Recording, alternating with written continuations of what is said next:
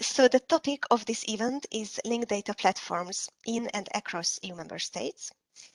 We would like to present some innovative use cases about the implementation of linked data principles, linked data standards in the member states and in the governments that are also national but also international and across the EU countries.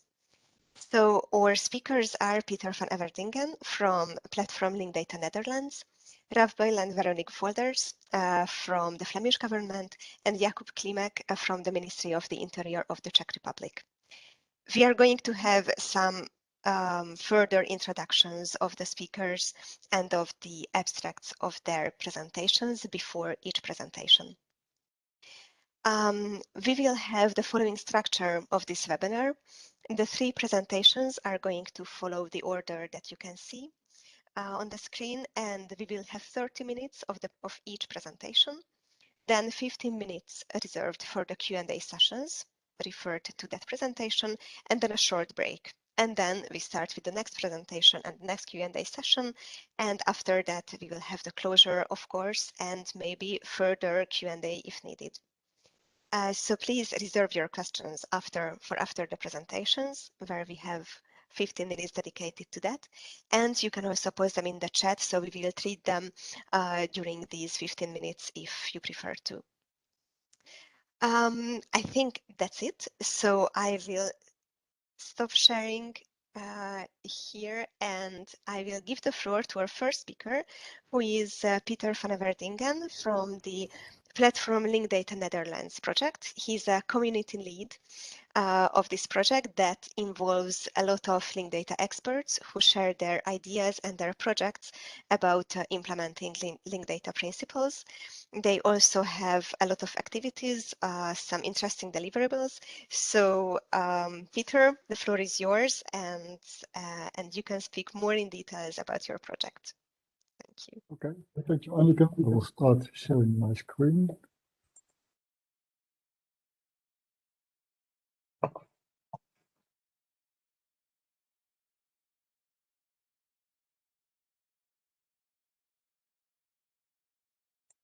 No, that's not correct.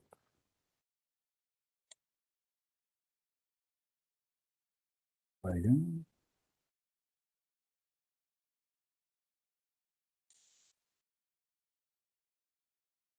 Okay, now move to presentation mode. Okay, you should see my opening screen now. Yes, it's perfect. So, okay, my name is Pieter van Everdingen. I'm one of the community leads of Platform Linked Data Netherlands. And I also work as an independent consultant / architect at projects for my customers. The presentation is titled Innovation via Meaningful Connections. And meaningful connections, we can make meaningful connections between data. But for us as an open network, it's also more important to make meaningful connections between persons and organizations. When I have to explain Platform Linked Data Netherlands and their activities in one slide, then usually we use this slide. You see at the left part some categories of activities that we do. Like events, we organize events where a linked data expert can share their knowledge and their experience around the data projects they are involved in. We also facilitate working groups that work on specific topics around big data. We also have several publications that we publish to share linked data solutions and best practices. And we also have produced a linked data game, Play-LOD. And all these types of activities will be explained in more detail later in this presentation. We also have several types of supporters. For our activities, we need some budget, so we have financial supporters, but we have also in-kind supporters that spend some time supporting us via their activities. And we also work with some event locations that provide us with room where we can organize our events. We also have a steering committee. Basically, our gold sponsors are part of our steering committee. And our steering committee comes, it's having a meeting every 2 months to have more influence on the direction and the priorities of our activities. At the right side, you see our communication channels, and you also see that we work together with the Big Data Value Center and ECP, which form more our back office, and ECP is also helping us out with our communication. We must thank our supporters, because without them, platform Link Data Netherlands would not be possible. So like the Cadastre, TNO, Kennisnet, Waternet, several others. They support us in several ways to execute our activities. Triply and Semtech are new sponsors that joined this year. And if you all would like to support us, feel free to contact us via info@PLDN to discuss how we can support it in whatever way. Well, we also have kind of a more global informal linked data network. You see the common names that you are used with, like W3C, OGC, Inspire, Digital Flanders, Geonovum, etc. Those are organizations that we work with occasionally, sometimes combined with when we organize an event in partnership. And for instance, with the Dutch Digital Heritage Organization, we also work together in projects.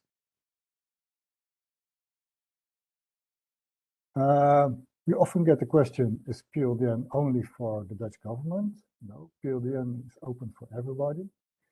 Basically, we say we work via a triple helix setup. Say that everybody can join. You eat well? From government, from academia, from industry, persons. So there's no restriction. Completely open community and everybody can join. Basically to share knowledge among community members, to grow further as a community in size and maturity, stimulate further adoption of linked data, to generate more linked data, but especially also to consume more linked data, and to develop more best practices facilities for our community members. A good starting point to get acquainted with what we are doing is our PLDN website. At the right side, we show our activity calendar, so what are the upcoming events, what were some of the events in the past. So we have a work session with the municipality of Rotterdam that is scheduled for October 12th. And also here you see the latest news and several menu options that you can choose from to see how our community is working. Also good to look at kind of the events archive. And then you see a lot of events that have happened in the past, close to 100 now in the last 9 years. And also that we work often together with all the organizations to organize a certain activity, like Triply for introduction courses, Digital Flanders, ID Lab, Semantic for knowledge sharing sessions about linked data event streams, and so on and so on. So basically, you see a lot of collaborations already happening, and sometimes we just organize an event ourselves. A recent event was Semantics in September. We are in September, and also at this event we were part of by organizing a solid workshop. You also see here at the bottom the Belgian and Dutch organizations that are involved in organizing this workshop. So like the Ghent University with Idea Lab, IMEC, Digita, the Flemish government, Dutch Digital Heritage Organization, and Ontela.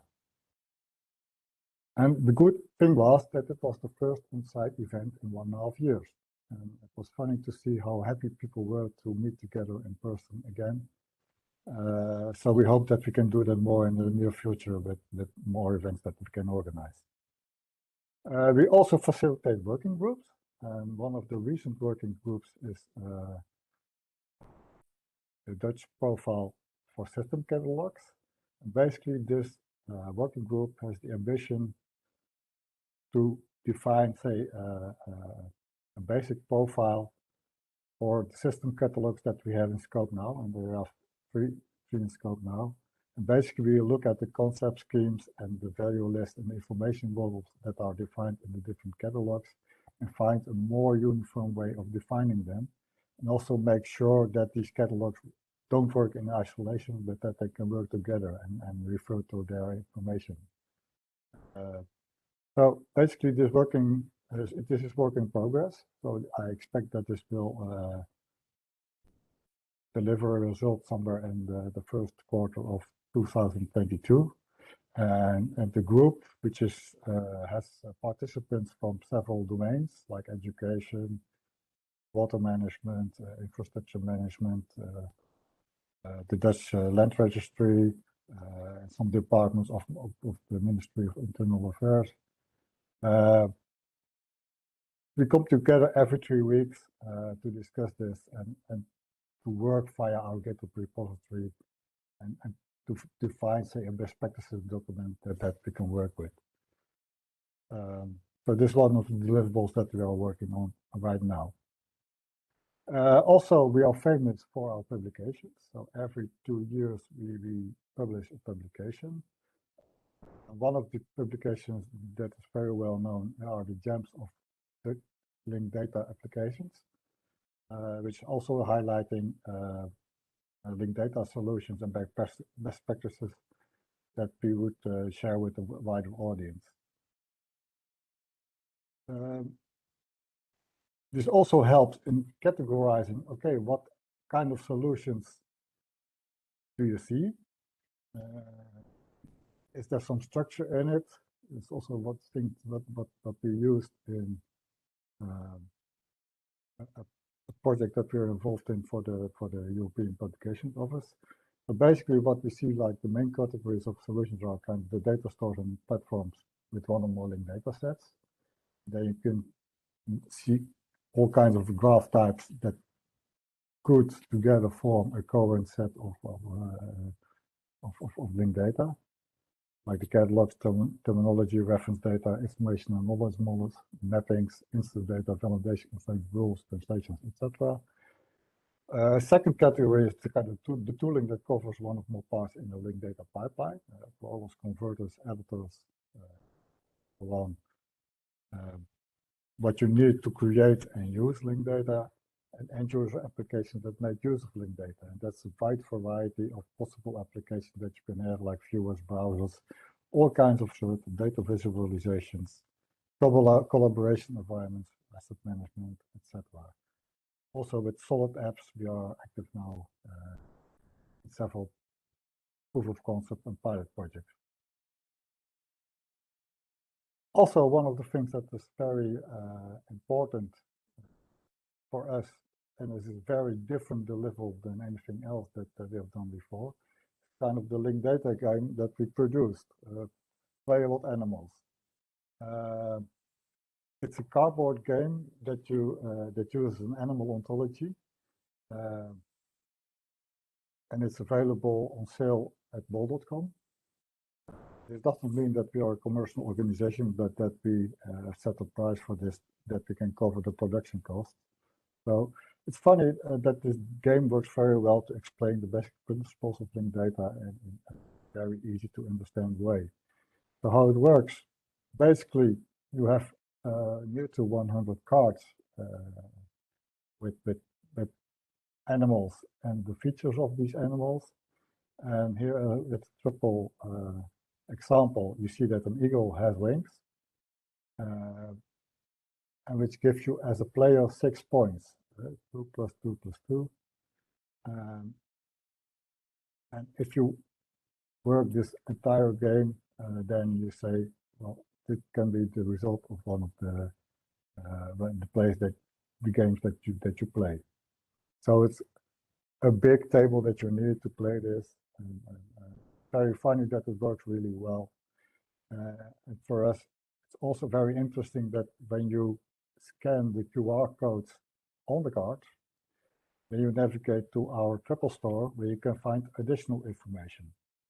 about these cards, links to DBpedia and Wikidata. So it's really linked data under the hood, and it's very funny how it works. And for us, it's now available in Dutch, and it would be interesting to find out whether it's possible to have an English version of this, or maybe to think about game variants with other ontologies or other domains. So possibly that this will get a follow-up if we can find the funding for it and the persons and organizations that are interested in it. Also, given the fact that we have this triple store available, we also, it's part of our PLDN lab environment, because we would like to make it as easy as possible for our community members to create and use linked data. Then we offer a collection of free-to-use linked data tools, like our PLDN workbench installation. And we also refer often to the LD Wizard, which is a tool that you can use to convert CSV files step by step to linked data and store it in our triple store. We have our own PLDN Open Refine installation, and we have our PLDN TripleDB installation, triple store. And that is what we can use. Here you see kind of the opening screens of two of our environments, our workbench environment and our TripleDB environment, and also with the projects and kind of the data that's available in there. And if you look at our triple store environment, TripleDB, then we have now close to 150 users that use this environment. Also, to help the members in the community to get more hands-on with linked data, we also organize introduction courses together with Triply. Basically, it's a 2-hour course, online course at this moment, where people can learn to publish and to use the basic features of TripleDB, and also to query the data in the triple store. So this is kind of one of the recent courses that we have organized with Wouter Beek from Triply as one of the teachers. And the funny thing is, we always say to the participants, bring your own data.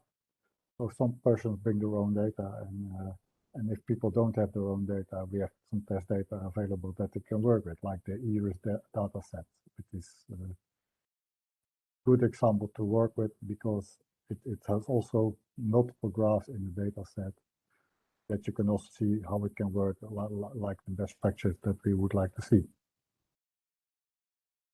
When persons become more hands-on with linked data, then they can start creating data stories, like the local heritage and historic listed data stories. This one was created in a PLDN working group already some time ago. The funny thing is that if you look at the sources that they've used 9 different data sources about the country houses in Lisse, and the owners of these houses, and the family relationship, the jobs of these persons, the building data, the parcel data, and in the data story works very well, because you can combine text with Sparkle queries and with supporting visuals like timelines and graphs, which makes it very good way to explain how linked data can work and what the added value of linked data is. Also on top you see kind of a video, link to a video which explains very well how linked data works and what the added value of linked data is. Next step then is that we also try to do proof of concept, where we try to build demonstrators like a social link beer app. For this demonstrator, we worked with a student, which has built kind of a solid app for us. Solid was new for us 2 years ago, and we wanted to find a use case that we say, well, we want to have a better understanding how it works and what the added value is. So we decided to develop a untapped like app which creates a pod. So the app gets group set to make use of the data in your pod. It makes use of the brewery and beer data in the Wikipedia that we already had. It uses the profile data from your pod in the app, and that's apart with public data, and it has the social network effect that you can use notifications to send invitations to persons to become your friend or to become member of a group, and that you can share within closed groups your reviews or your check-ins. So there's a public part and a private part. So this was for us a very good way to find out how it works, and how data is added to the solid pod. And also it gave us an idea, okay, when we think how we need to structure the data in this pod, what is the best way of doing that in a structured way. But for us, it was kind of a learning project that we say, okay, we see how we can share our personal data in a controlled way with other persons, store the data at the location of our own choice. So we will not have a lock-in anymore. Big tech vendor that we don't want, kind of dependency. One step further is kind of a real pilot project that we were involved in, and that we initialized with the digital network organization, solved for small heritage organizations. This one is a solid collection registration system for small heritage organizations that they can administer their images. So basically, you can create an objects collection. So by adding objects with a very rich set of metadata. And for this metadata, we have chosen to make use of a base registration that's also already available from Project CEST in Belgium. And also one of the very good things about this application that it reuses the preferred terms that are available via the network of terms API. So you see a long list of data sources that you can reuse concepts in your application. That you don't have to define everything yourself, and that the definitions of those metadata can become more consistent and of better quality. So this is very for example of shaping your data in a pod in a structured way and in a uniform way, which helps in the end when you do text searches that you can use this meta to do very fine-grained searches. This is yeah, we have finished now phase 1 for this project, and we are looking for a follow-up that we can say, well, we want to make this more sustainable, that doesn't stop here. But in terms of valorization, we can look at an option to get this to a next level with Digita and digital network organizations that are involved. So we have now a solid CRS administrator environment, a minimum viable product, and we also are working on a CRS presentation environment that the things that you collect in the solid registration system can also be shared via a website online, like the small heritage organization are used to, but then in an environment that gives them more functionality. Small heritage organizations at this moment don't have that much tooling to do this, very limited, and also they also make very limited use of metadata. And this would be a very big step forward for many small heritage organizations that are in the Netherlands, and also there are many in Belgium that could make use of this. So we are looking for a follow-up to see how we can proceed with this project. Another project that's very interesting was the pilot landscaping project PLDN was involved in.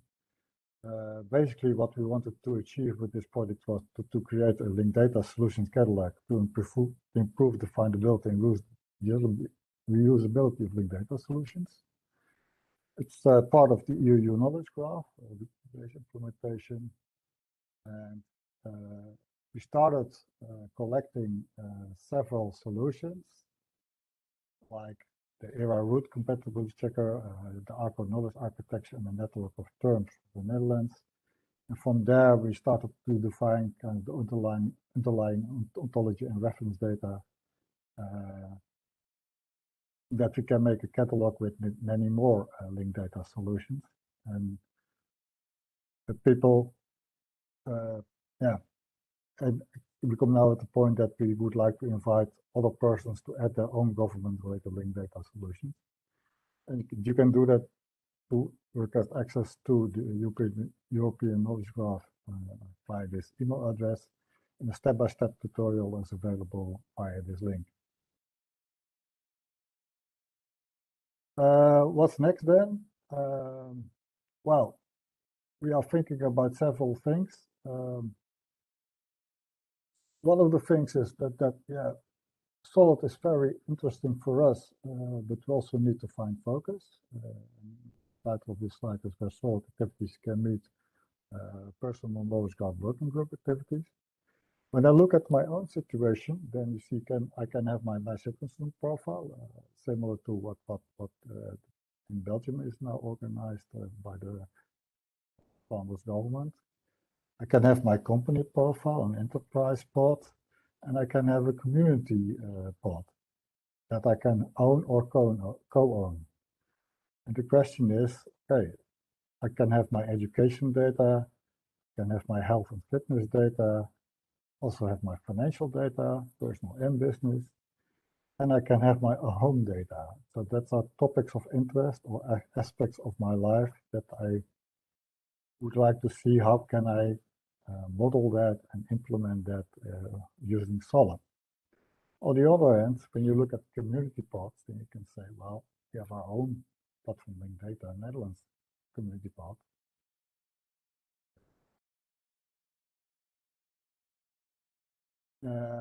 But there's also a solid community, and there are in the Netherlands we also have a knowledge platform APIs. We have a PDoc environment and a forum. And basically, we are looking at ways of how can we start, say, in the middle with something personal, maybe extended then to health or finance or education, but that are already topics that our persons are already working on. And my company profile might also be interesting, but you say, well, this is just an enterprise pod that contains the data of an organization. And also kind of the highest class, the home vault, is the one that has most interesting for us at the moment, that we would like to see. Well, this is a use case that we have discussed in the past already several times. There was also a very first prototype from the past, but how can translate that now to Solid? And is that something then that we can combine with personal knowledge graph activities? So that's basically what we're looking at. So well, we need to find focus to have kind of a next step in our activities. But then the My Home pod or the household would then be a very interesting topic to work on. So if somebody is interested, please let us know. Then we can discuss it further. Also good to mention, September 19, 2022, it's our 10-year anniversary. So that's something that we would like to organize with a big anniversary event. And maybe with a new publication or a new game. And also new activities in the Netherlands and maybe also further in the EU. And also with new cooperations in the Netherlands and the EU. So, well, feel free to contact me when you would like to work with us or would like to support us. And that's at the moment everything that I would like to share with you in my presentation. Thank you very much, Peter, for the details and the presentation of the projects.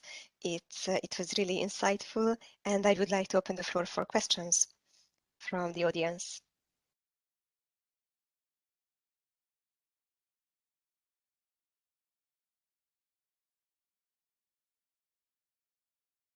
Does anyone have any questions? You can raise your hands, put it in the chat, or just simply start talking.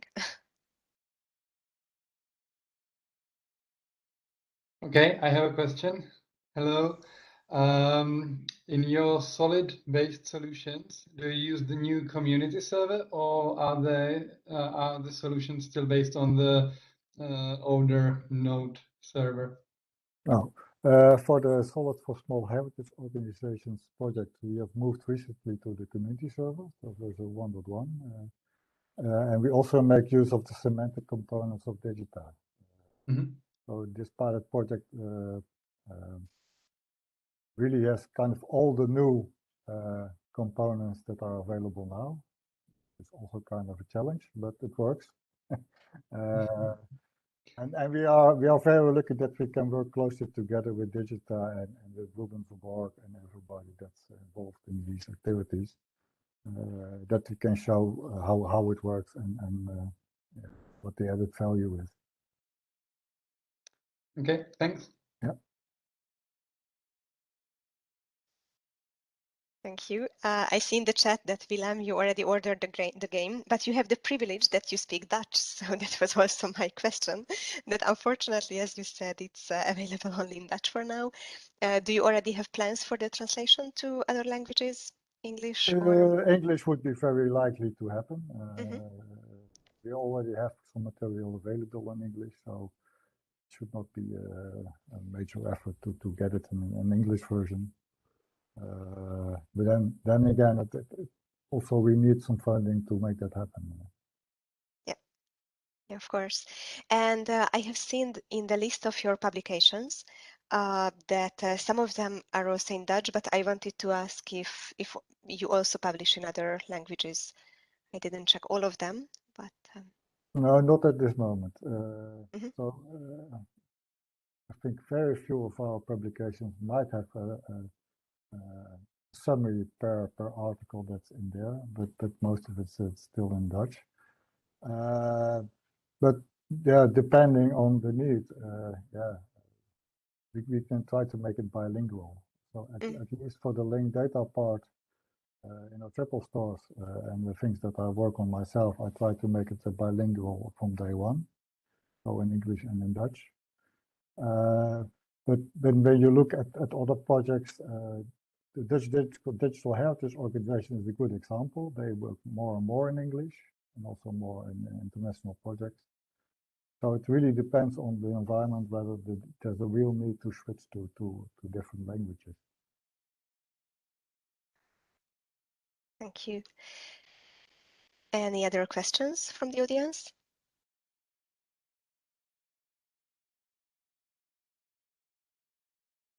Okay, I see a comment from Veronique.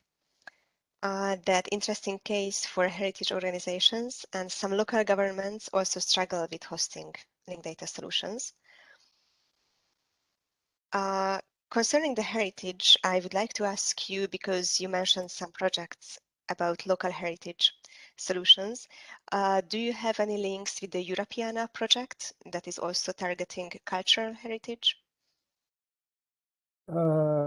Well, I can check with the persons in my network where we can provide links.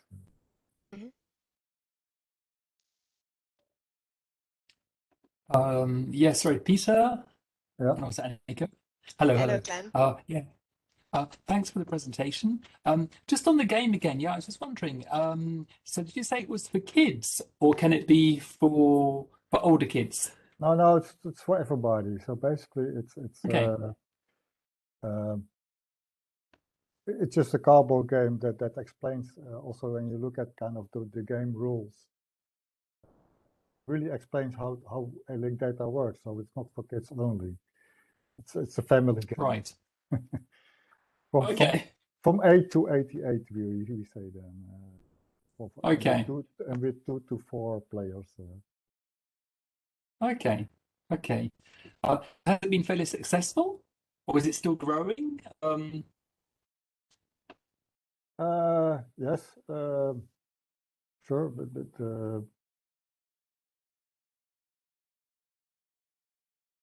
Yeah.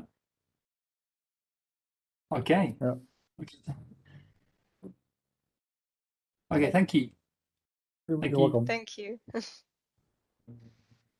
In the meantime, we have a question in the chat as well from Martinez.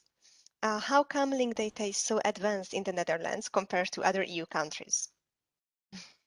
Yeah, I think that we have to thank then several organizations that have started to work with linked data from day one, like the Dutch Land Registry, like the Dutch Digital Heritage Organization, and programs like Claria.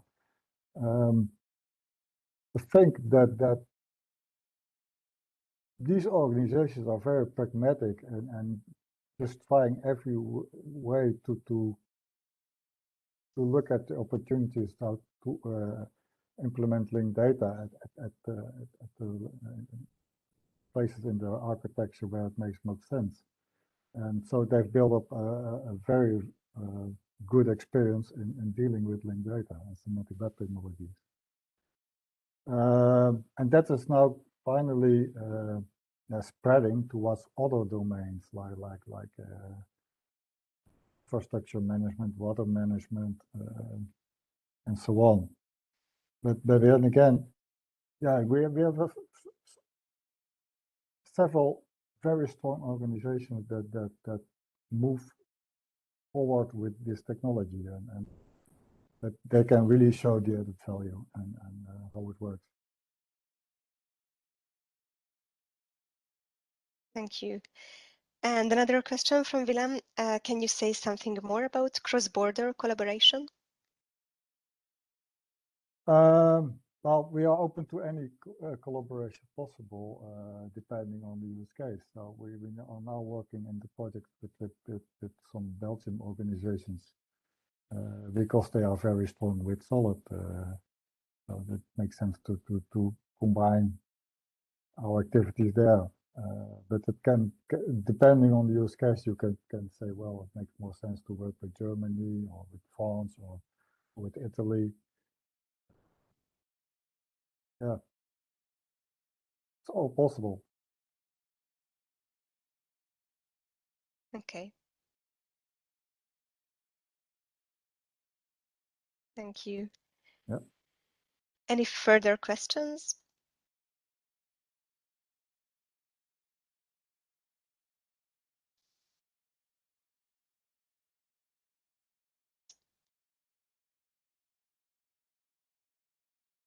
Yes, yeah, actually it could be an idea coming back to the game that we could have an inspiration of the game and create an EU version. Yeah. Yes, but I am really sure that definitely you would have a lot of interested clients if it was translated also to English, as you said. It's already planned. Yeah.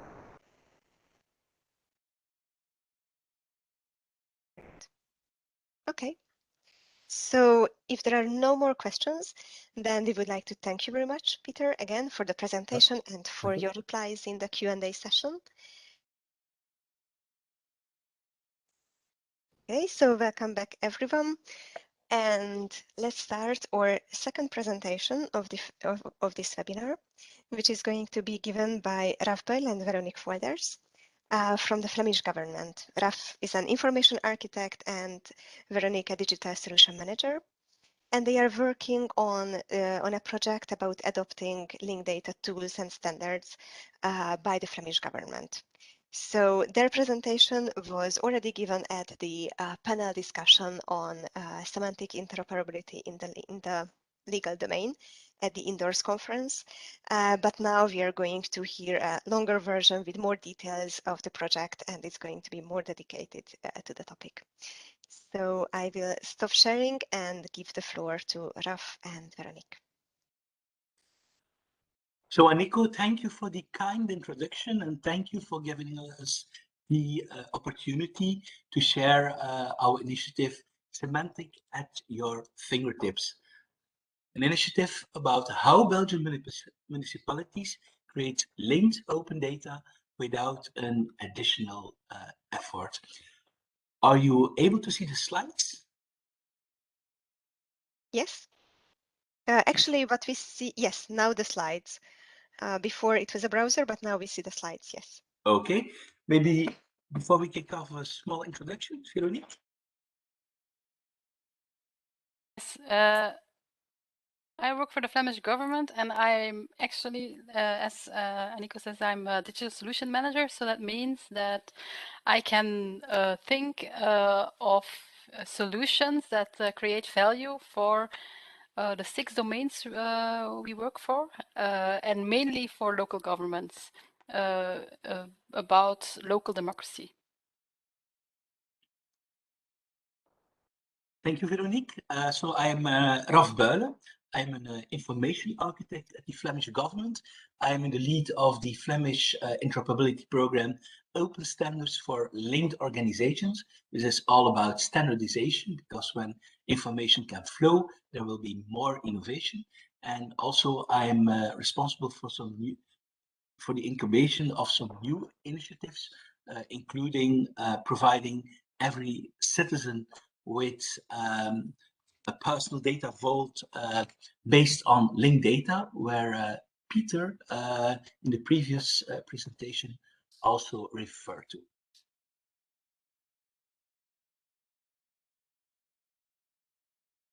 So, about local council decisions or local legislation. The legislation, it contains a lot of valuable information. For instance, if there's an event in the district of Berchem, there will be deviations, so I need to take another road with my car. Or for instance, when in the city of Ghent or Kortrijk, there are new fees for on and off-street parkings. It's also embedded in the local legislation. And also when we have new public mandates, such as the appointment of the mayor in the city of Hasselt, this information is also published as a local council decision. Now, this information is relevant for governments, companies, so the private sector, and civilians. And therefore, we would like to unlock the information, because at this moment, no, in the past, the information was locked away in non-transparent archives, like PDFs hidden very deep in websites, or even scans of with a paper trail. So the aim was, how could we rewire this ecosystem and make the information available at no cost? And therefore, we have built an ecosystem based on open standards and the principles of linked data. Now, the goal of our ecosystem, our linked platform, was accessible and reusable information at a low cost. So local authorities, so local cities in the region of Flanders, make decisions. And they are all using the same standard based on the principles of linked data. So they publish the information. So the information they publish on their local website as linked data is the authentic source and can be immediately reused, because it's machine readable information, both for humans and machines. The specific information can be reused at no cost by anyone, because you don't need to translate it, because it follows the standard. So what kind of reusers did we target? Well, first, for internal reuse, we had a database at the regional level with mandates, and they had to type over the information in the database. Now, the information can flow from the website automatically. It can be harvested at no cost in the database, where we have information that's more up to date because of the same information that's on the website that citizens are using or that they are reusing in the back office. Another application is, for instance, when there are deviations, like roadblocks because of an event or because they are working on the utilities, then information can be reused in systems like route planners.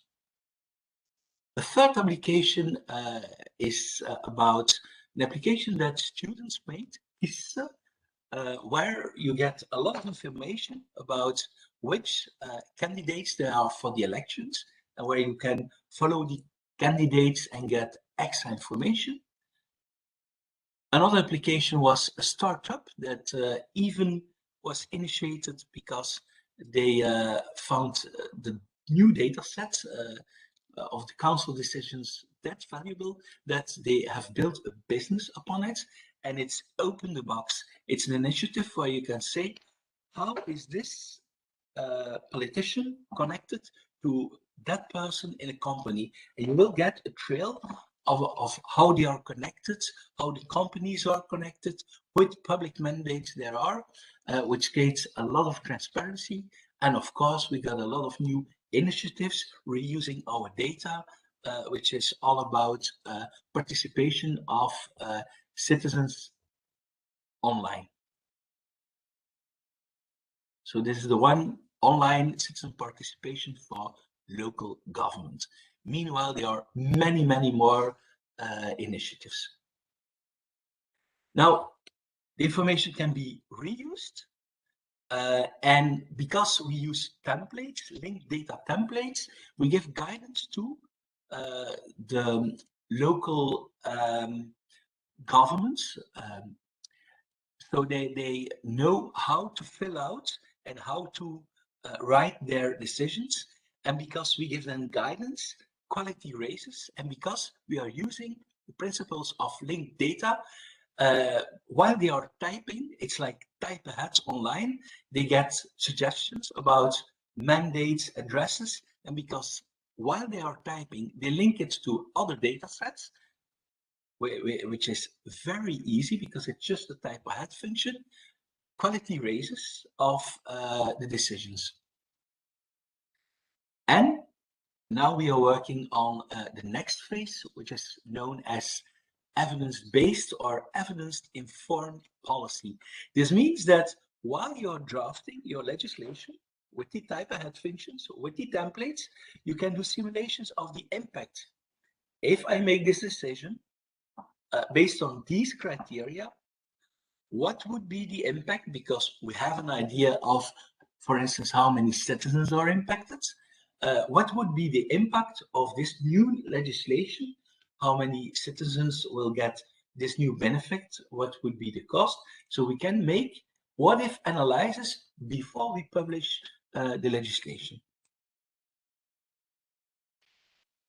And of course, this allows to do reasoning on the data. And we see now many new applications also on the level of cities. For instance, predictive route planning based on the information of the local decisions, because also we have the information from the moment the decision is taken and ratified at the local council. That very same second, it's published on the website and it can be reused by all public parties, private parties, and the citizen. So how does this work in practice? You might think, as Raf told you before, we use linked data templates. We have our own software. We built our own open source software where, as Raf said, we can let local governments fill in templates and just build their decisions where their the linked data is embedded and is easily embedded, like they did before in Word. Now they do it online in our editor. There are also a few vendors that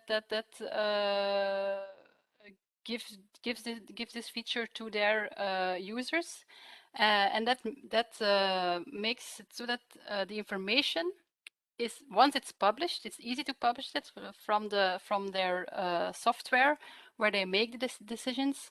They just have to publish, and the information becomes automatically reusable. We can harvest the information. So somewhat like Google, we harvest the information once it's on the website. It's like a minimal effort integration we made available to all of the vendors of local software. The only thing they have to do is just let us know that they published something. And then we can harvest it. Why did we do it like this? First of all, because there was a legal obligation that we have to have a notification. So we kind of had to have some kind of notification. And the other reason is that we're not Google. So we don't have the resources yet to always just look up all of the websites and harvest all of the information there. Maybe one day, but at this point we just harvest what they notify to us, and then I can maybe show you what we get. So as we said, it's easier, the communication between local governments and us. It's really automatically. Previously they had to come to our counter and fill in a lot of forms, as Raf said. And they had to fill in the same information that was on their website and that was in their decisions. So at this point, they can just go publish it, and then we harvest it, and we can get, I'm not sure if you see now the website, we get a database of all of the decisions that they have to notify to us. And you can see it's already a vast amount of decisions. This already exists a few years, even before we did link data. And you can see that there are a lot of documents in there, and you can just maybe search for mondmasker, mask, yeah, difficult in 2 languages at once. And you can see that we have 2,132 decisions on mouth masks. A decision that wasn't there, I think, 1.5 years ago. And even if we go really recently, if we maybe go to World Championships, WK, then you can also see how many decisions we find. And you can even click through, yeah, of course, Bruges, because there was a start.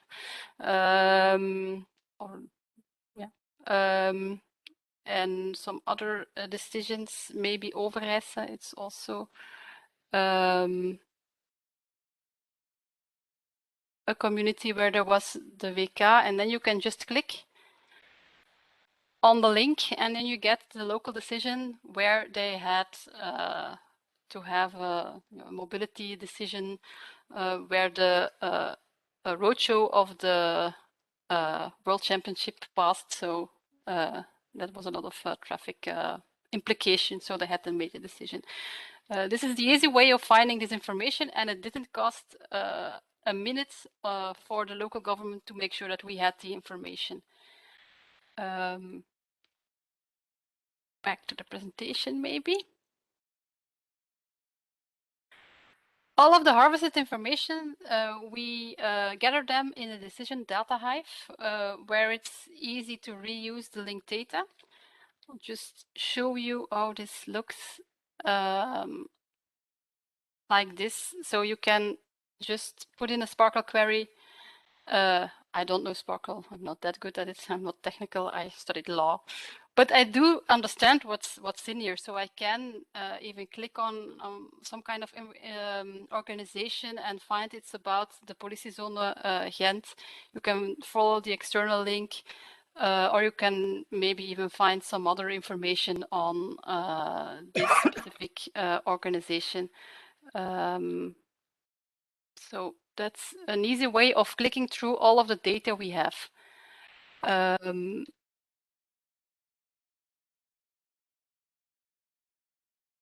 And we already have a few reusers. That's different, I think, regard to the last time we did this presentation. We even have a live application with a map on which local governments publish their linked data. I'll try to show you this one. No, not this one. Like this. So here you can see that, for example, in this local government, there will be a meeting of the council shortly. So you can open it, an agenda, for example, you can open it. And then you can see in this council which are the agenda points, and you can decide whether or not you want to go look at the council, or you maybe have some kind of remark on some of these points. And you can also see, for example, which local governments already have passed agendas or decisions that they have on their website, and then we can harvest. I was wondering, Veronique, was this the application that the trainee has built, or? Yes, we had someone who did stagiaire. I'm not sure how to say that in English. Trainee, or yeah? Yeah, that built this for us. And then we also had students that built lokaal beslist, also on the decision hive. And there you can, this is only the harvested data. This is the previous database I showed you with WK and mouth masks, that also contains some governments that still use PDF, but this is only the linked data, and then they show it where you can find maybe klimaat, for example. You want to you're kind of worried about the environment, and you want to see what local governments decide on climate. Then you can find it, and you can even ask if you can be updated on new decisions on this team, for example. It's also something we built. It's kind of interesting to see how young people even get interesting in local democracy when you just give them the data. Okay, oh, not the right presentation. It was here. Yes. So that's something we built the last month. Since we can now harvest all of this information, you can see that all of the ideas that were launched in the past that then can really get shaped and be in a real life application. And what do we want in the future? So maybe we can have an overview on which streets you have to, for example, wear a mouth mask. It's hard. I thought it would be over by now, but at this time it's still hard to know where you have to wear a mask or where not.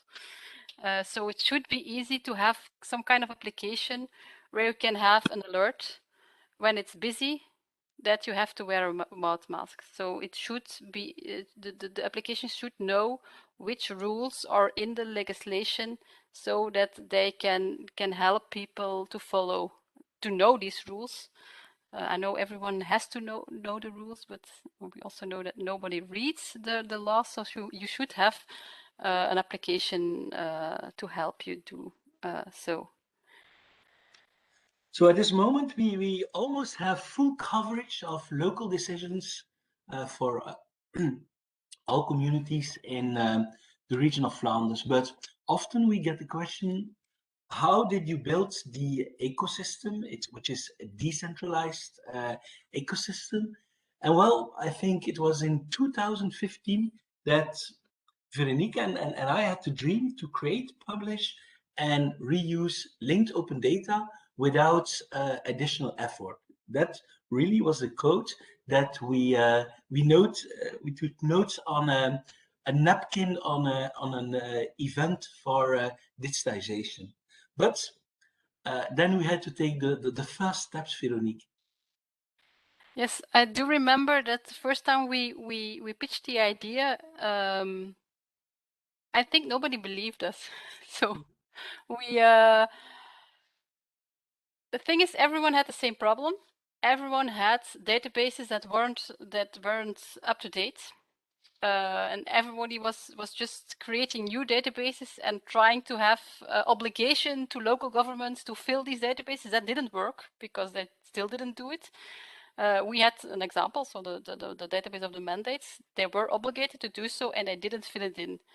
So we had to do something else. So that was kind of the reason that they let us test this case. So everybody knew we had to do something different. They didn't believe that what we proposed would work, but they thought, yeah, what the hell, let's try this because we don't have any other ideas. So we found funding to do our first cases, actually. So with that seed capital, we took our first steps, and we will plot the different steps on this graph of Rogers, where you have the innovators. They are also up to something new. They would like to test it. Then you have the early adopters. They are looking for something which is more mature, but still innovative. And then you have the early majority. It's the first big group, but they will be looking a lot at the early adopters, and they will look like, is it working? And if it tends to fail and they are not convinced, then they will not adopt the solution.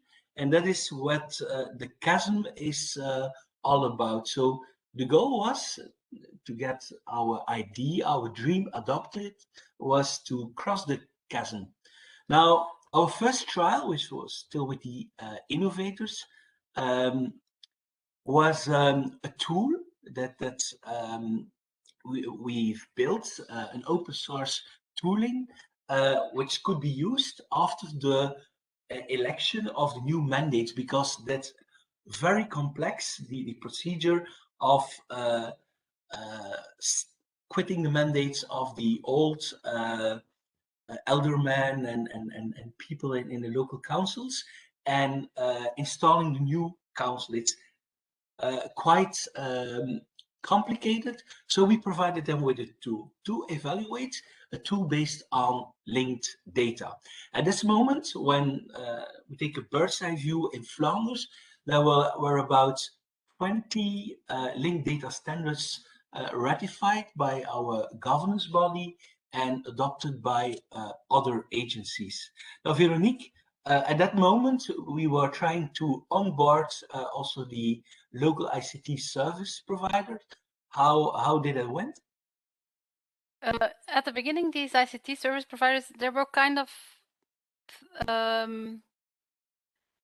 they were looking at what we were doing, but they didn't believe us either. So they had something. We don't know this technology. We have our own technology. Even they thought what we wanted to do is open up the data, so that meant that their way of gaining money, like closing up the data, that would go away. So that was something that they thought was strange. They did go with us to investigate because they also saw an advantage for them, because they also had to make a lot of integration with other toolings, and they had to make different integrations for every counterpart. So that meant for some of the vendors that they had to do 6 integrations for the same information.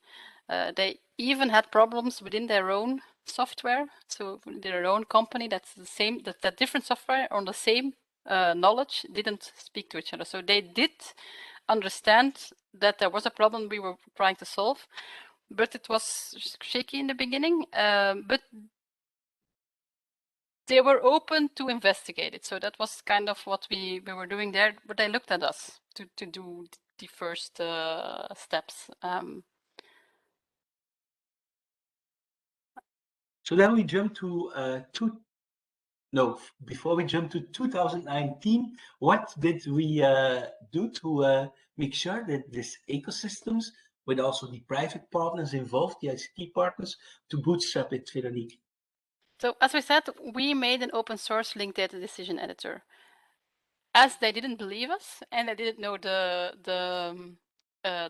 technology, we had to build an example.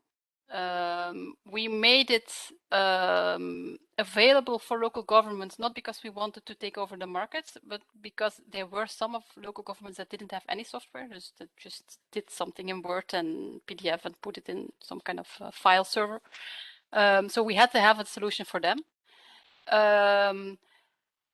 And we thought if we make it open source, then we can be an example for the vendors.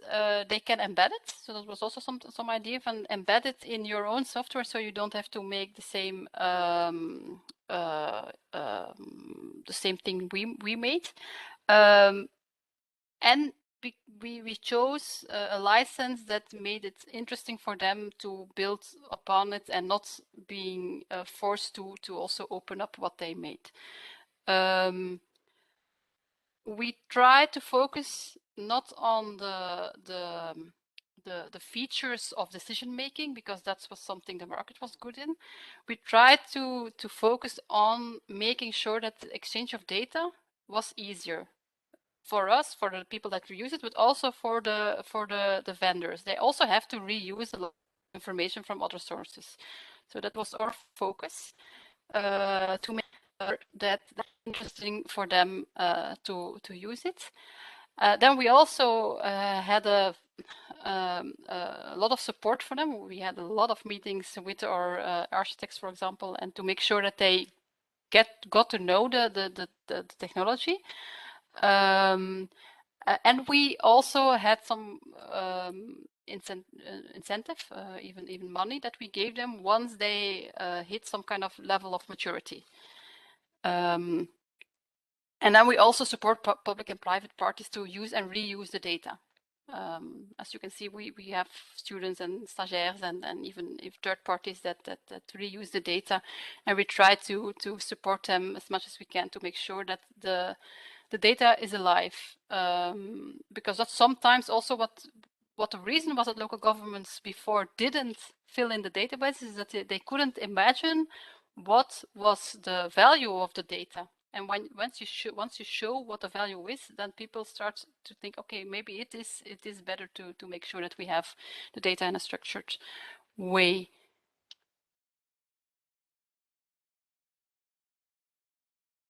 So then we jump to 2019. As you know, there are differences in maturity, both on the level of the local governments as well on the level of the local ICT software suppliers. At that moment, we had pilots to test the editor. And at that moment, also linked data became more adopted in the region of Flanders. We had about 80 linked data standards ratified, I think, in about 30 to 35 domains. Now, at that moment, we were in between the innovators and the early adopters. And I think it's interesting to zoom in on what was happening at the level of the ICT service suppliers. Yes, I think in 2019 we did the first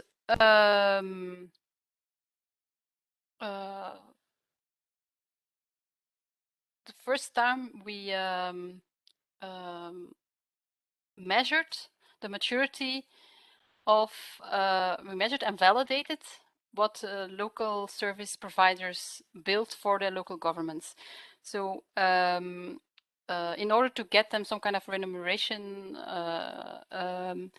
and we saw that I think we had 9 vendors at the time, 9 or 10, and 6 of them participated in the first round, and most of them, except for one, it was 7 vendors, and most of them got the first maturity level. And even, and that was a surprise for us also, even one of the vendors had maturity level 2, and even one of them had maturity 3, because they chose to embed the solution we had. So it was really interesting to see that within these service providers, there were also innovators and early adopters that were going further than the rest, and all of the rest were also surprised. Oh my God, they already have a higher level of maturity. And I think when we go to the next slide, you can also see that there are a lot more service providers that get a higher level of maturity, because they start to infect their colleagues or colleagues, but the ones they compete with, and then you can see that we get more adoption on this level. Yeah, and at that moment, you see that we were still in the early market, but ready to jump to the more mainstream markets. So where linked data in this context would become a given. And at that moment, Flemish government, it's like drink your own champagne, I think. The Flemish government published all regional legislation, so from all policy domains, even retroactive, as linked open data. This means that we could easily also refer from the local legislation to the Flemish legislation, and vice versa, see if laws change at the regional level, which local laws or council decisions are affected. Yes, and if you can see here that 30% of the local governments could publish their decisions. That meant that they had some kind of software that had a feature to publish as linked data, but we also noticed that not all of them actually did. So some of them bought it but didn't even know they could publish it. So it was really interesting to see that even though we asked the vendors, so we validated the vendors, so we knew which vendor could publish as linked open data. We also knew from the vendors which government bought the solution, but we couldn't see that in the publications. So that was really interesting to see. This was the map we had then. You can see there's a lot of not a lot of green, and so this was the status last year in March. So keep it in mind for one of the next slides that in March 2020, 30%, we had a 30% adoption. Then where are we now? September 2021, 95%. In March 30, 95% can already publish their decisions as linked open data. At this moment also, if we take a bird's eye view on Flanders and the linked data landscape, we see that 96 linked data standards are ratified and adopted. So we see that we have a spillover effect where other agencies and even private sector players adopted the principles of linked data. And we've seen that both on the level of government and private sector as well, we jumped from the early market to the mainstream market because less obvious domains and less mature partners adopted the principles of linked data. And what is the landscape looking today, Veronique, if we zoom in on the ICT software suppliers? You can see that they kind of embrace what we're doing. Some of them are asking for extra features, are already thinking about renewing the standard and uitbreiden. Extend it, so they can give their users extra features. So that's really interesting to see. We can also see that other service suppliers that don't do the decision making also are interested in integrations. So we can see suppliers that we didn't know before, that they contact us directly and ask, how can we integrate with what you're doing? How can we reuse what you are doing? So that's really really interesting to see how that evolves. And then when you see at the map at this point, I was really happy when I saw this map the first time. So you can see that 95% of all of the municipalities can publish, and I didn't put it on the slide. You can also see how it was before. So you can see that we really moved in a year time. We can also see that 90% of them actually publish linked data. So the reuse I showed before, it's getting interesting because all of these governments actually publish linked data.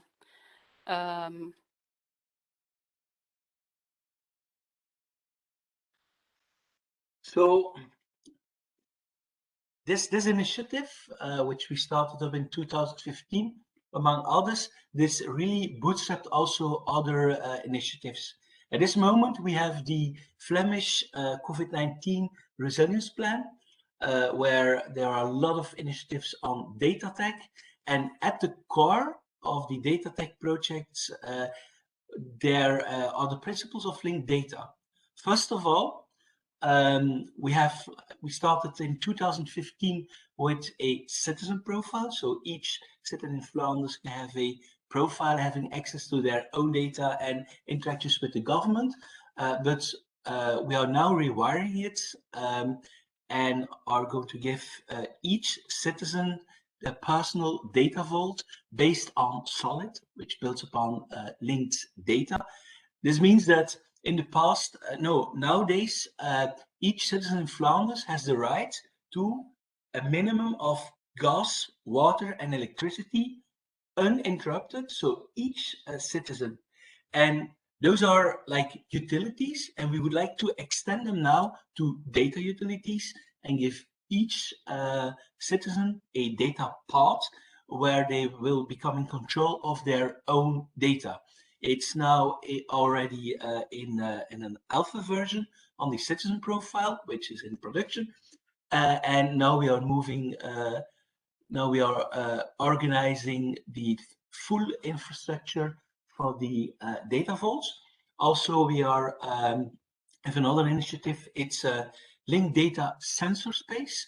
So we will have a lot of fast and slow moving data, and we will have a decentralized platform to publish linked open data based on open source components, but which are also able to publish sensor data streams like air quality, traffic mobility, and where we will balance better the cost between the data publisher and reuser, not by asking them to send us money, but by using an intelligent strategy on publishing the data based on linked data fragments.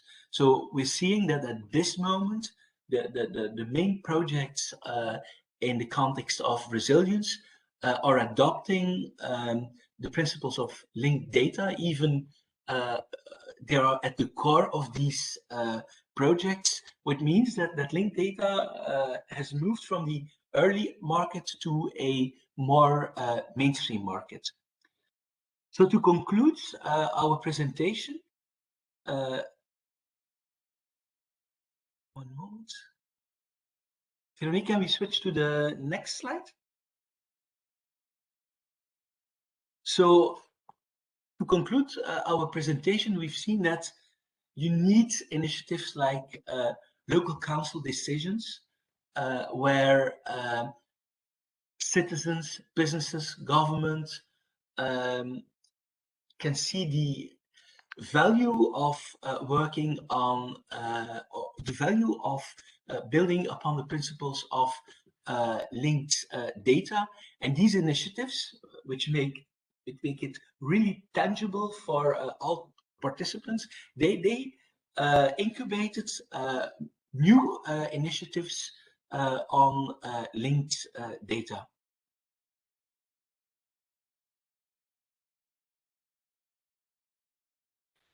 So, Veronique, can you wrap up how we created value with this initiative, both for citizens, private sector, and society?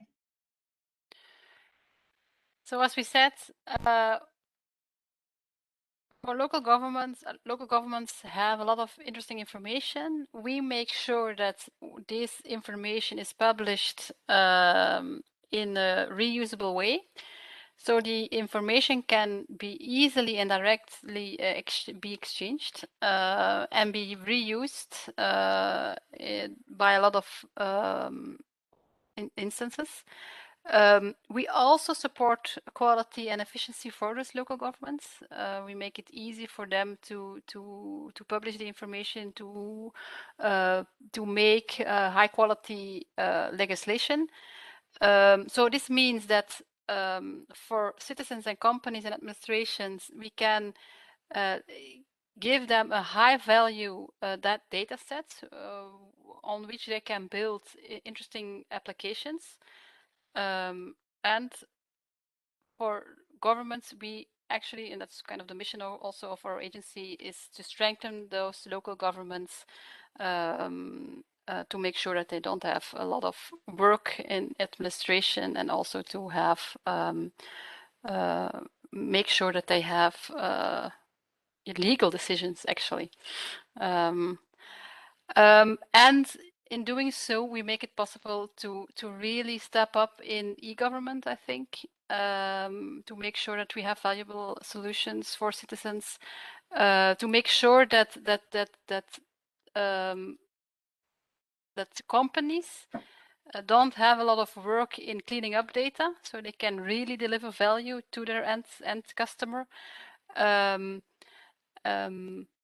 Yeah, and we are really thinking about how we can reuse these solutions, for example, to make sure that single digital gateway can be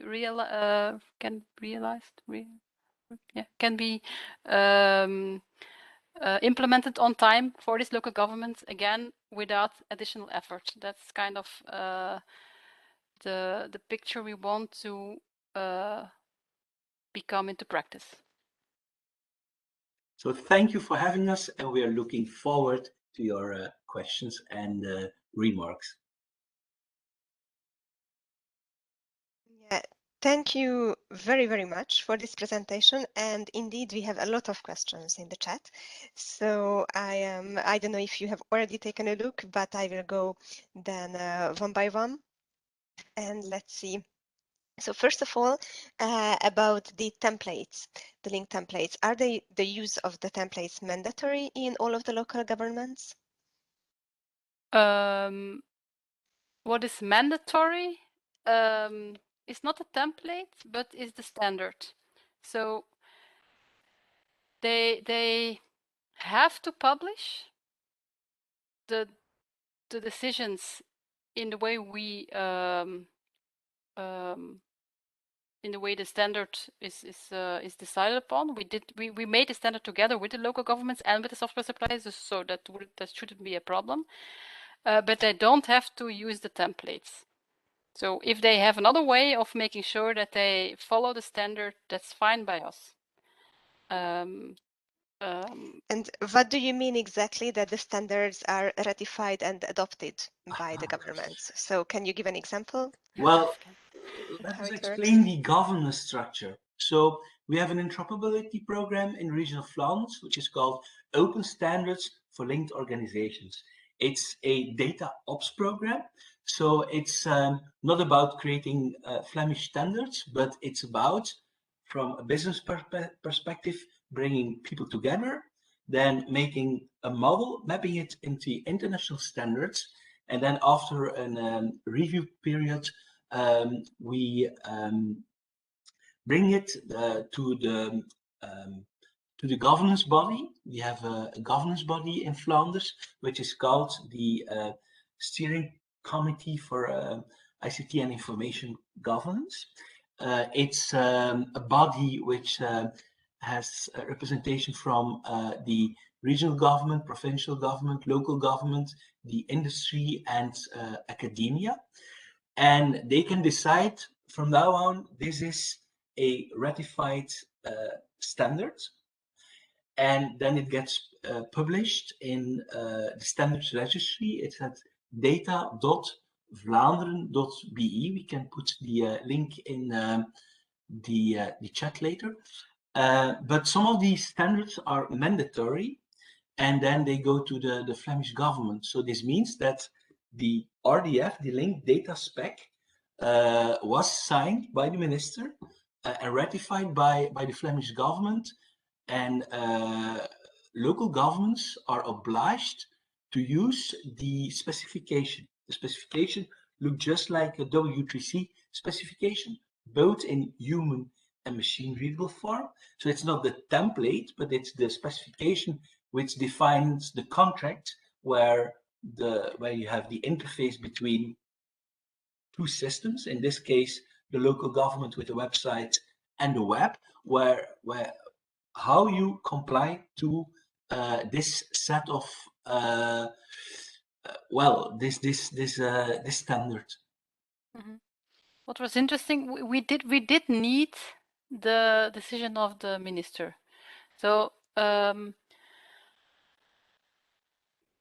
we did anticipate on vendors and local governments thinking, yeah, that's really nice, the standard, but we're just going to stay doing what we do now, because why would we change?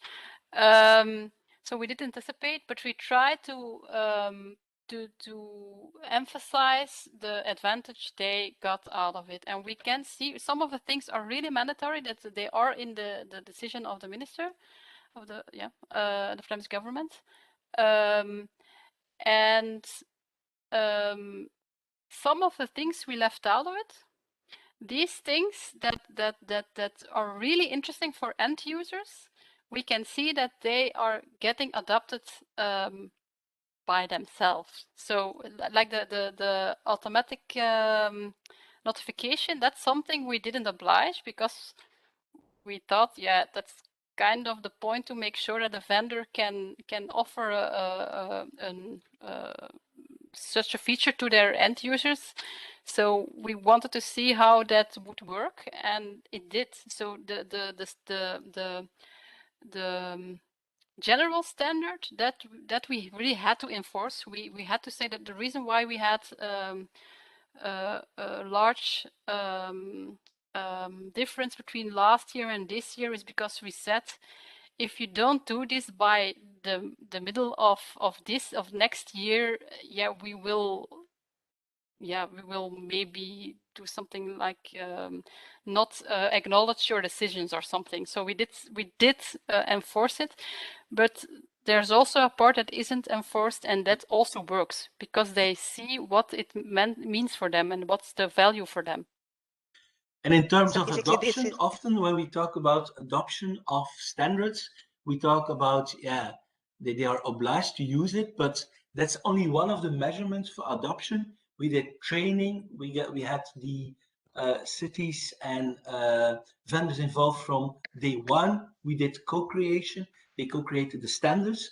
And yes, one of the things we did was to get it obliged to use the standard. But when you delve into the organization of a local government, there you see, by making it obliged to use it, that you give the local information or ICT manager a mandate to put this on his management team and say, I don't want to do this, I need to do this. So you will help the local ICT manager or data steward or data manager to put it as a priority on their management team. So basically, this is how you convinced the stakeholders to use the common standards. Mm-hmm. There was also a question about this, but you already replied. Yes, thank you. Then another question, did you have an approach for generating LOD from structured or unstructured legacy contents? Veronique, will you take this one or? Did you? Hi, Raf. Yes. Hi, Enrico, thanks. Hi. No, just maybe I misunderstood, but I thought that your approach is basically for generating linked open data of new content. Because you said you are using an editor, but for legacy contents, for pre-existing ones that are not dealing with, are not compliant with RTF. Yes. Do you have an approach? Yes, we do. Okay. And the approach is not to make sure that everyone is filling in the old legislation again. That could be a case to just test our editor maybe, but we are now starting up. Actually, it was published today at e-tendering. Is a proof of concept on how to use AI and artificial intelligence tools to make sure that the unstructured content can be structured. So that's something we are trying to do with tools, AI tools. It's not yet in place, but we are trying to make sure that we can. Something like machine learning or natural language processing, something like that. Okay. NLP is on the regional level, the data was already quite structured. So there we could easily do a transformation. But for the local governments, we really need that kind of techniques, yes. Okay, thanks a lot. Thank you. Then another comment from Gert, that he's very keen on reusing datasets that are published as LLB LOD within our smart city applications. And where or how can we find the publicly available datasets? I will make sure that I'll share the link to the data hive, and we have actually there are 3 answers to that. We have the database I showed you. We are trying to make sure that we can open it up to everyone. We didn't do this yet because since it's notification, sometimes it's also closed information. That's kind of the difference between things that are published. And most things that are published also have to be notified, but some things have to be notified but not published. So that's kind of complicated when it's sensitive information. But we want to put it open. So even for local governments and for other governments to make sure that people can look into it. And then there's the data hive, and that's open. That's all of the information we harvest. And that's open, so lokaal beslist is based on that data hive, so I can share it. It's not something we do regularly at this time. That we try to, because it's at this point it's a manual process. We are trying to automate it, but we also have to make sure that the data is of a high enough quality. But every once in a while we harvest more information than only the things that were notified, so we can give it to the public and that they can build information on it, tools on it. So I will make sure that I share the link to the data. Great, thank you.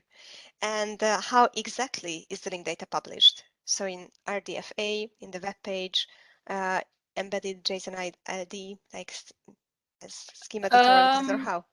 So on the local government websites, it's HTML with RDFA embedded in it. So that's the standard. That's what we oblige local governments to do. And then as we harvest it, we have a few formats that we use. I think it's partially JSON-LD. We can also have RDFA. And we also have the subject pages I showed you in the data hive. When we publish it, we use annotated data. because we could have opted to have like the HTML and then somewhere embedded a blob of JSON LD linked data, but at the level of the editor, we have the principle what you see is what you sign. So we really would like to tie the different fragments of human readable legislation and machine readable legislation together, so you can see them side by side. So if you sign it, before you publish it and you ratify it as a local law, a local decision, that you have an idea of what you are publishing. And that's the reason that for publishing we're using annotated data. But as Veronique mentioned, on the level of the APIs, it can be any syntax. Okay. Yeah, thank you. Then other questions. What can be done so that different organizations would not have to build bespoke linked data solutions, but rather reuse a generic platform or framework and customize it for its needs? I think in Europe, you have several initiatives on share and reuse. For instance, if you look at the ISA Square program, CIMIC, I think if we are talking about solutions, then there are already some initiatives to share solution itself. But I think if we're talking about semantics, there it would be stunning if the European Commission could further facilitate this. In the region of Flanders, we have open source tooling, which enable different agencies to collaborate on semantics. We have published over 96 ratified standards, which interlink with international standards, which are developed together. It supports also translation and multilingual support, but it would be stunning if each member state or region or city would be able to share their semantics, not on just a platform where you can download it, but where you can really collaborate on it. And this could speed things up on the level of semantics, and by reusing it, it could also help to have more common common data formats, and which could benefit initiatives such as SDG, Single Digital Gateway, but also the European data spaces. I think on the level of solutions, the ISA and CIMIC program are doing a very good job on JoinUp for sharing and reusing existing initiatives. Yeah, thank you for the reply. Indeed, this is really linked to what we are doing also in the context of ENDORSE, the community. Then some other questions. Can the editor be easily adapted to other type of documents, and where it can be downloaded? I think you have I'll put it in the chat. It's something that was on my slide. You can find our community, and normally we did a hackathon, or we did some kind of on Open Belgium, I think 2 years ago. It was not this year, it was last year. Last one we did in real life. So it was last year, in March. We had some session where people could just download the editor and make a version of their own, and have some kind of new implementation on it. So it should be feasible. I can't do that because it's technical. So I'll have to put in the link. And if you have any questions, we'll have to get in touch with our technical leads, probably, and our architects. Yeah, thank you. And then one last question from the chat. What are for you the main lessons learned for the other countries that would like to follow your approach?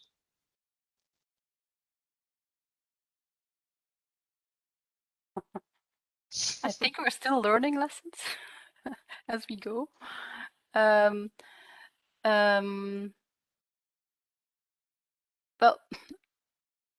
one of the things we did from the beginning, and is something we still are doing, is making sure that everyone is involved. So try, not everyone, but find from every sector that's involved, a few of these innovators, to make sure that what you build is based on a real life need. So if you do that and you can show it, what it could mean to them, then it's easier to find funding for what you're doing and to find draagvlak.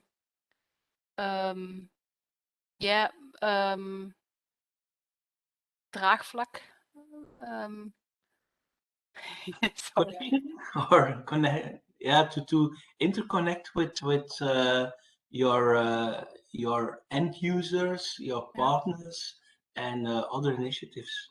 Yeah.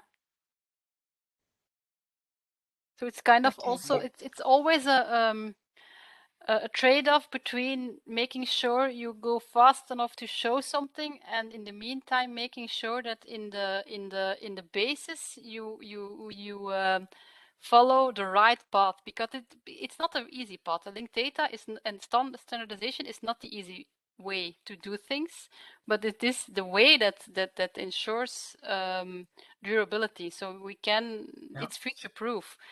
But future-proof is usually slow.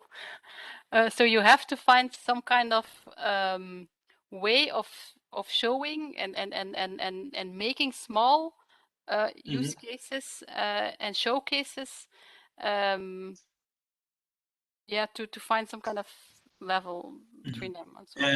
Indeed. But why is it not easy linked data? Is it more complicated?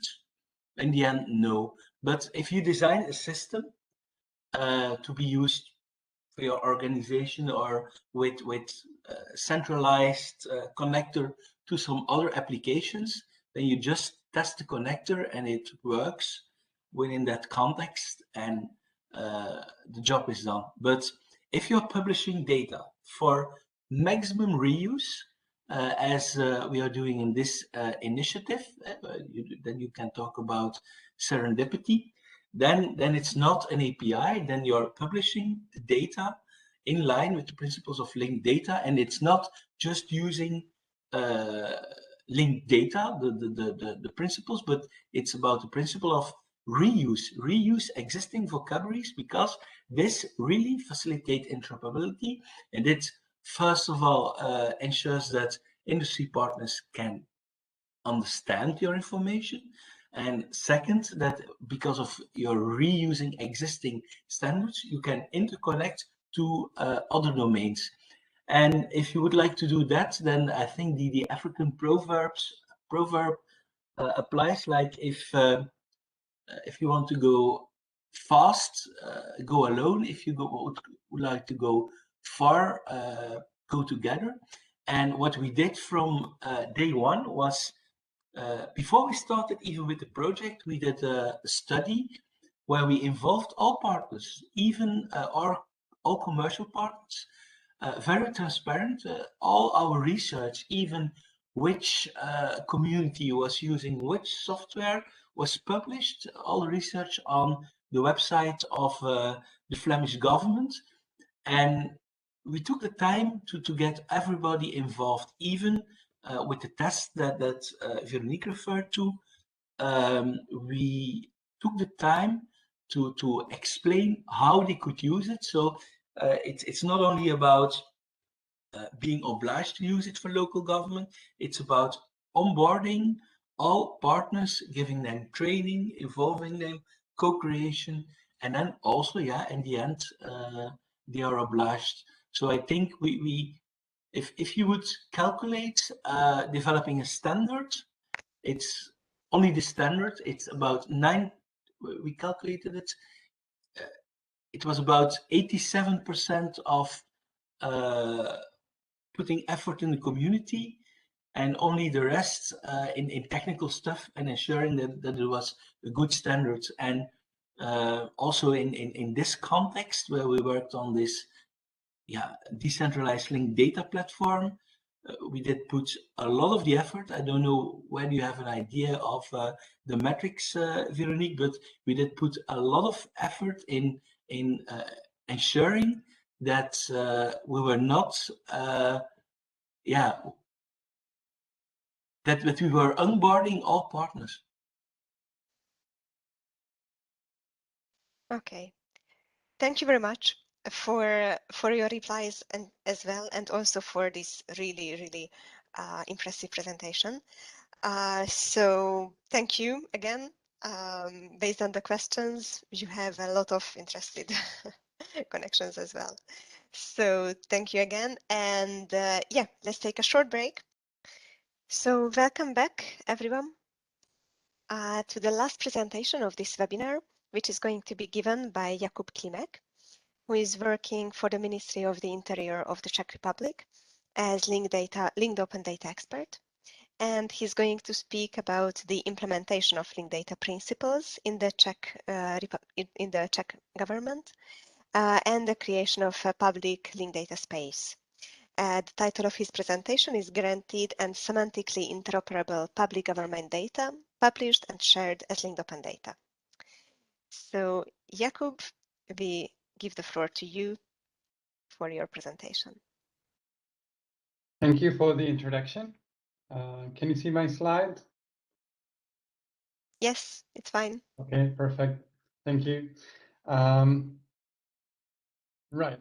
So thanks again for the introduction. And me and my colleagues also work at Czech Computer Science Universities, the Charles University, and the Czech Technical University, and we basically help the Ministry of the Interior with tasks regarding linked open data and semantic description of data. And today I'm going to talk to you about building a data space of government data published as linked open data and semantically interoperable data, and what we do to achieve that, because it is not that easy as it sounds, especially at this venue. So everything in public administration is based on legislation. And this year, new legislation regarding how open data should be handled by public administration was published and came into effect.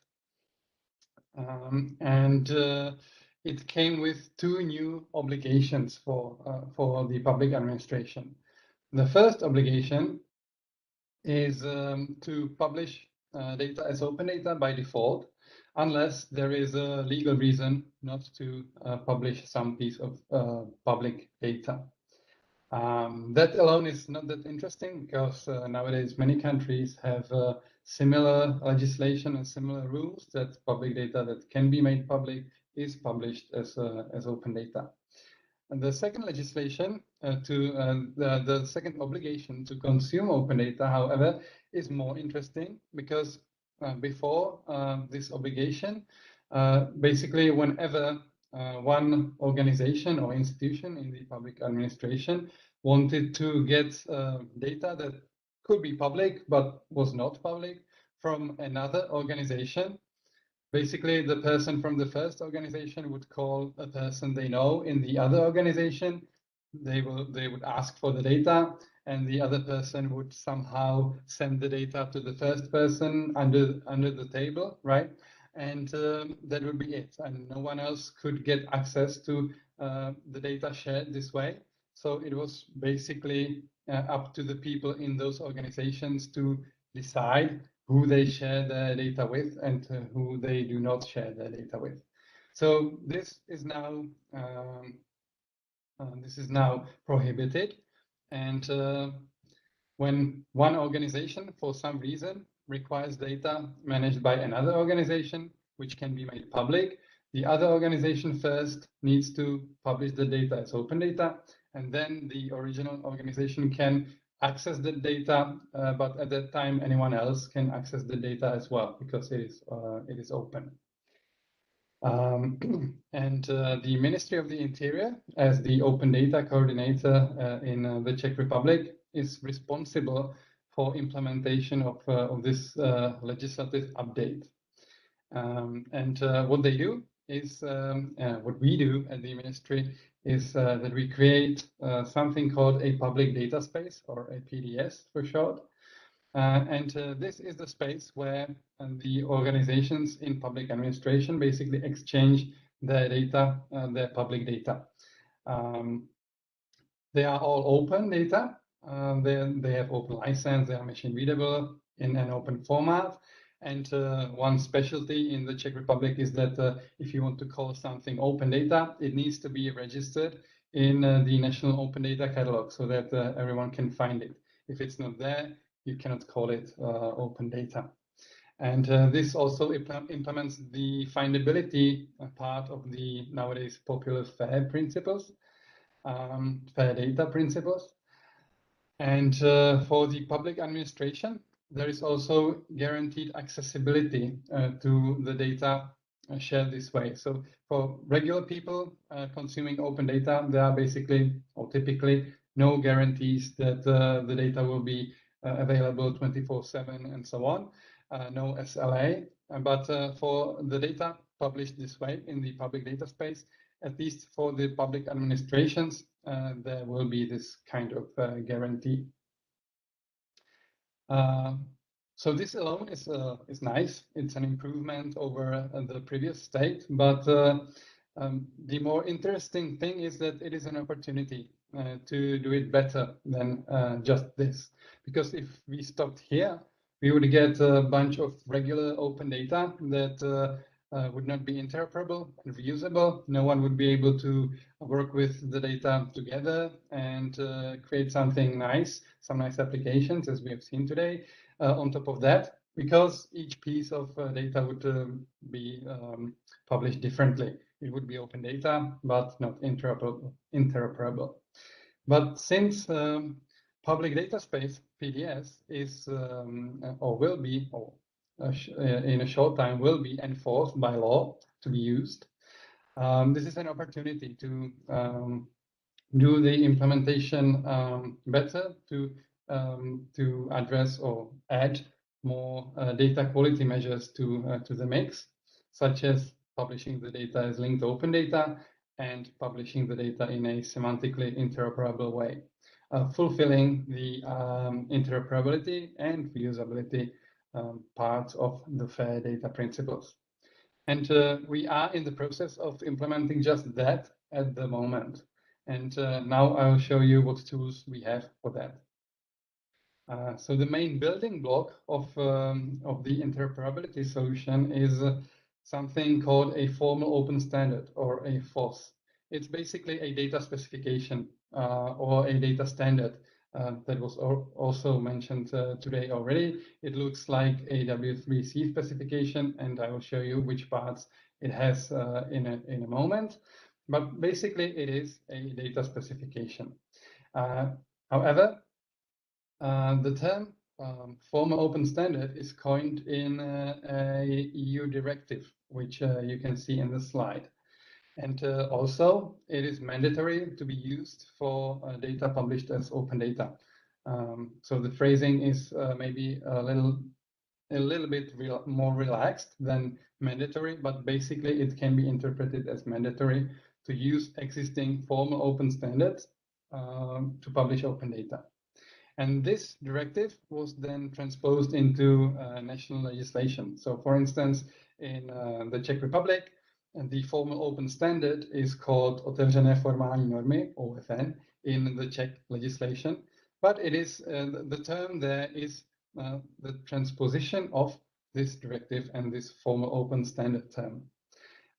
The management and coordination of creation of those formal open standards is again with the Ministry of the Interior. And we encourage public institutions in the public administration to, whenever they want to publish open data, or they need to publish open data because they have to because of the law. They first create the formal open standard for that data domain that they are going to publish data in coordination with the ministry. And only then, when the formal open standard is done, then the institution publishes the data according to this standard. And also all the other institutions publishing similar data from that moment have the obligation to publish the data according to this specification. And because we are talking about open data, everyone else can access the data as well. And they have the specification of the data pre-made, and they do not have to worry about so much integration issues, or so many issues. Now, let's take a quick look at what a formal open standard or FOSS contains, actually. So it starts with a conceptual model, which is independent of any particular data format.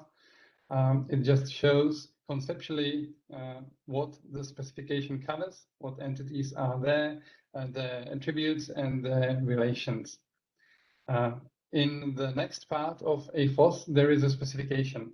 For each concept, an attribute and relation, there is a definition, the URI, and this is actually taken from DCAT, the image, but we also have a DCAT APCZ check application profile of the European application profile of DCAT, and it actually looks the same. So all the FOSSes nowadays in Czechia use the W3C template. And besides the concepts, attributes, and relations, also code lists, which are reused by this particular standard, are identified and linked to the National Open Data Catalog, where the code lists are available in many data formats, including as linked open data.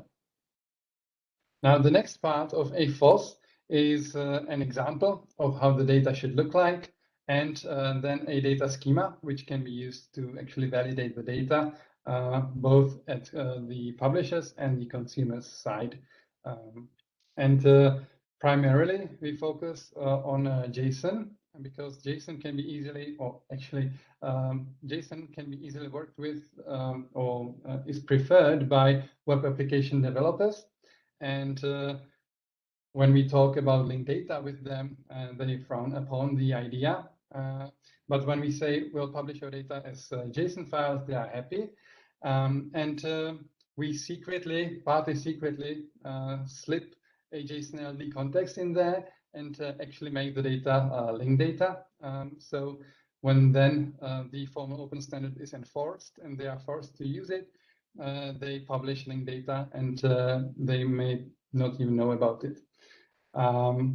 Another alternative that can appear in a FOSS is a CSV file specification accompanied with or by a CSV on the web descriptor, which also can map the CSV file to RDF. So technically, it can be viewed as linked data if the consumer has appropriate tooling. Also, there can be an XML representation of the same data for publishers and consumers who prefer XML for any reason. And then it is accompanied by an XML schema, so that again, the data can be validated. And finally, when we are talking about a standard covering a specific data set, for instance, there is a standard for code lists. So when we talk about code lists, there is a predefined metadata in DCAT AP, part of the standard, which is directly usable in the National Open Data Catalog. The publishers just need to tweak a few items like the title and the description, but they have some other items pre-filled like keywords and links to specifications. And as you can see in the slide, the link to the specification actually points to the formal open standard, to the FOSS, which the publisher claims the dataset is compliant with. Using that, any user is then able to actually search the National Open Data Catalog for all the datasets compliant with a specific formal open standard. Okay, so now we know what a formal open standard contains, and let's have a closer look on its function. Why is it useful? So the obvious usefulness is in the fact that it provides syntactic interoperability. So all the institutions publishing data according to the same specification means that those data sets are at least syntactically interoperable. But there are also other benefits of using FOSSes. One of those is protection of the interoperability against change, which happens quite a lot in the public administration. For instance, it happens quite a lot that a supplier of certain system from which open data is published gets changed because the old contract finishes and there is a new supplier with a better price. And often enough, the specification of the open data output is not part of the contract. So every publisher creates a new format, and those formats are then not interoperable. So here, the formal open standards actually help because they can become part of the contract with the new supplier, and then the format doesn't need to change when the supplier changes.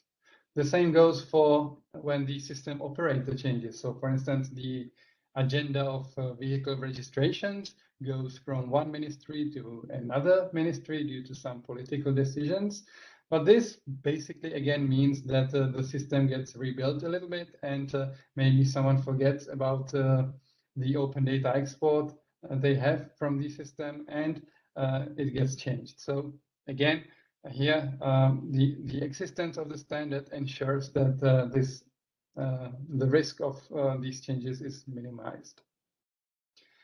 And moreover, as I already mentioned, the formal open standards for us are means for increasing linked data adoption, because we faced some resistance when we told the various publishers they should publish data as linked data. They couldn't understand why, and so on. So now we tell those kinds of publishers to just publish the data in this JSON, which is specified by the standard, and we provide the JSON-only context, making it actually linked data.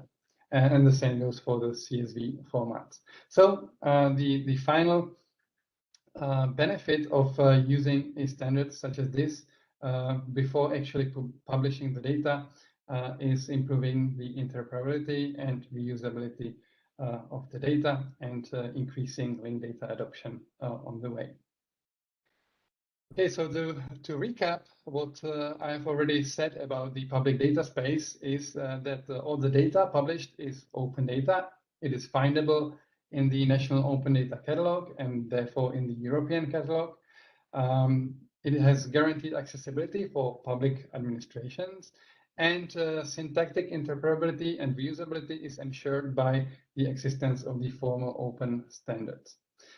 But what I have not talked about yet is the semantic interoperability of such data.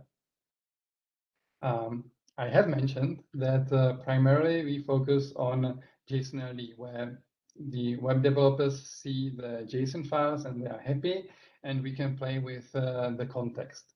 So the default context in the JSON files maps the semantics of the JSON file to common linked data vocabularies. So for instance, here we have a touristic attraction record, and using the JSON-only context, it gets mapped to schema.org and Dublin Core and all those regular and common linked data vocabularies.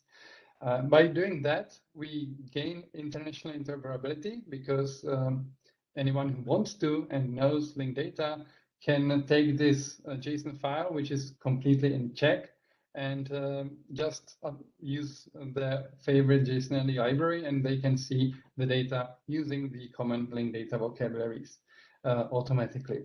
But on the other hand, we lose some semantic precision, because there are not international linked data vocabularies for everything, and they do not match exactly what was meant by the data. So there is some loss of semantic precision in doing that. So for the purpose of publishing authoritative data, really important data, we use another JSON-RD context, which we map to something we call, which we use to map the data in the same JSON file to something we call SGOV, Semantic Government Vocabulary. This one is kind of national. It is based on Czech legislation.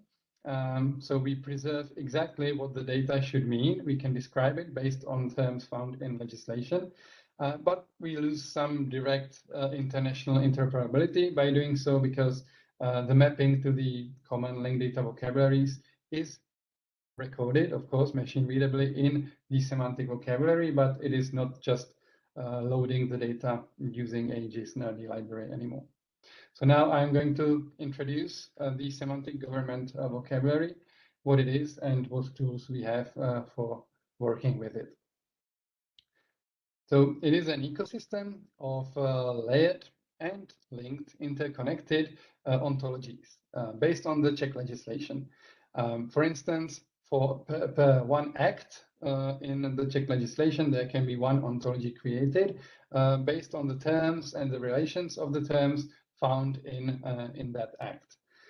Sometimes it is preferable to have one ontology per specific domain. Sometimes it is necessary to have one per act.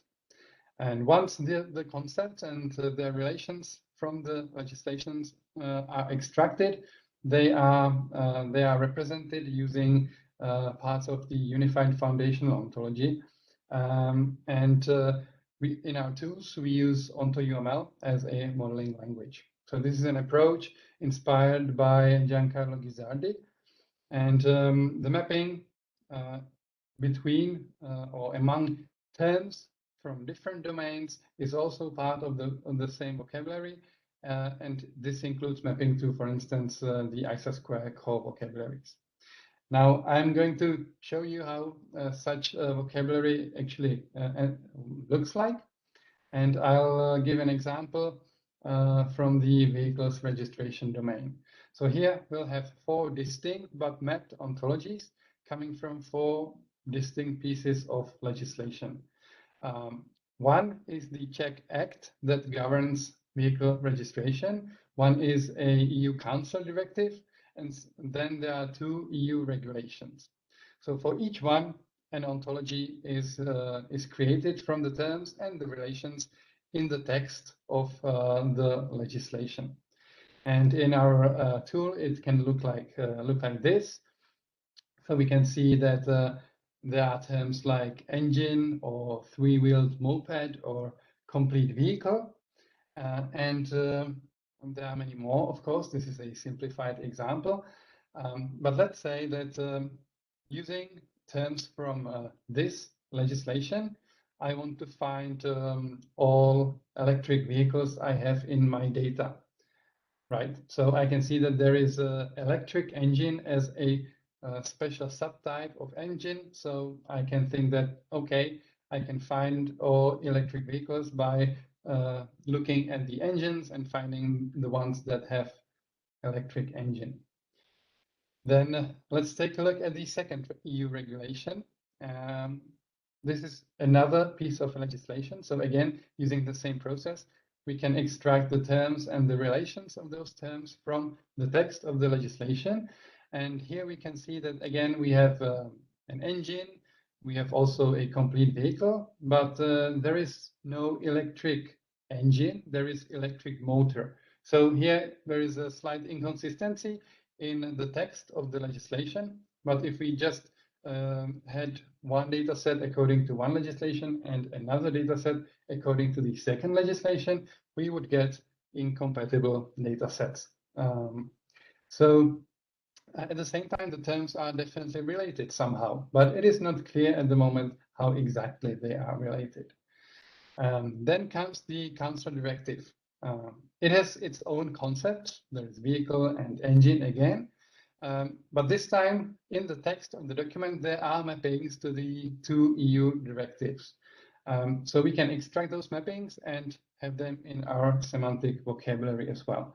So here we can at least clearly see that there is the inconsistency, and we can see the relation of electric motor to the electric engine.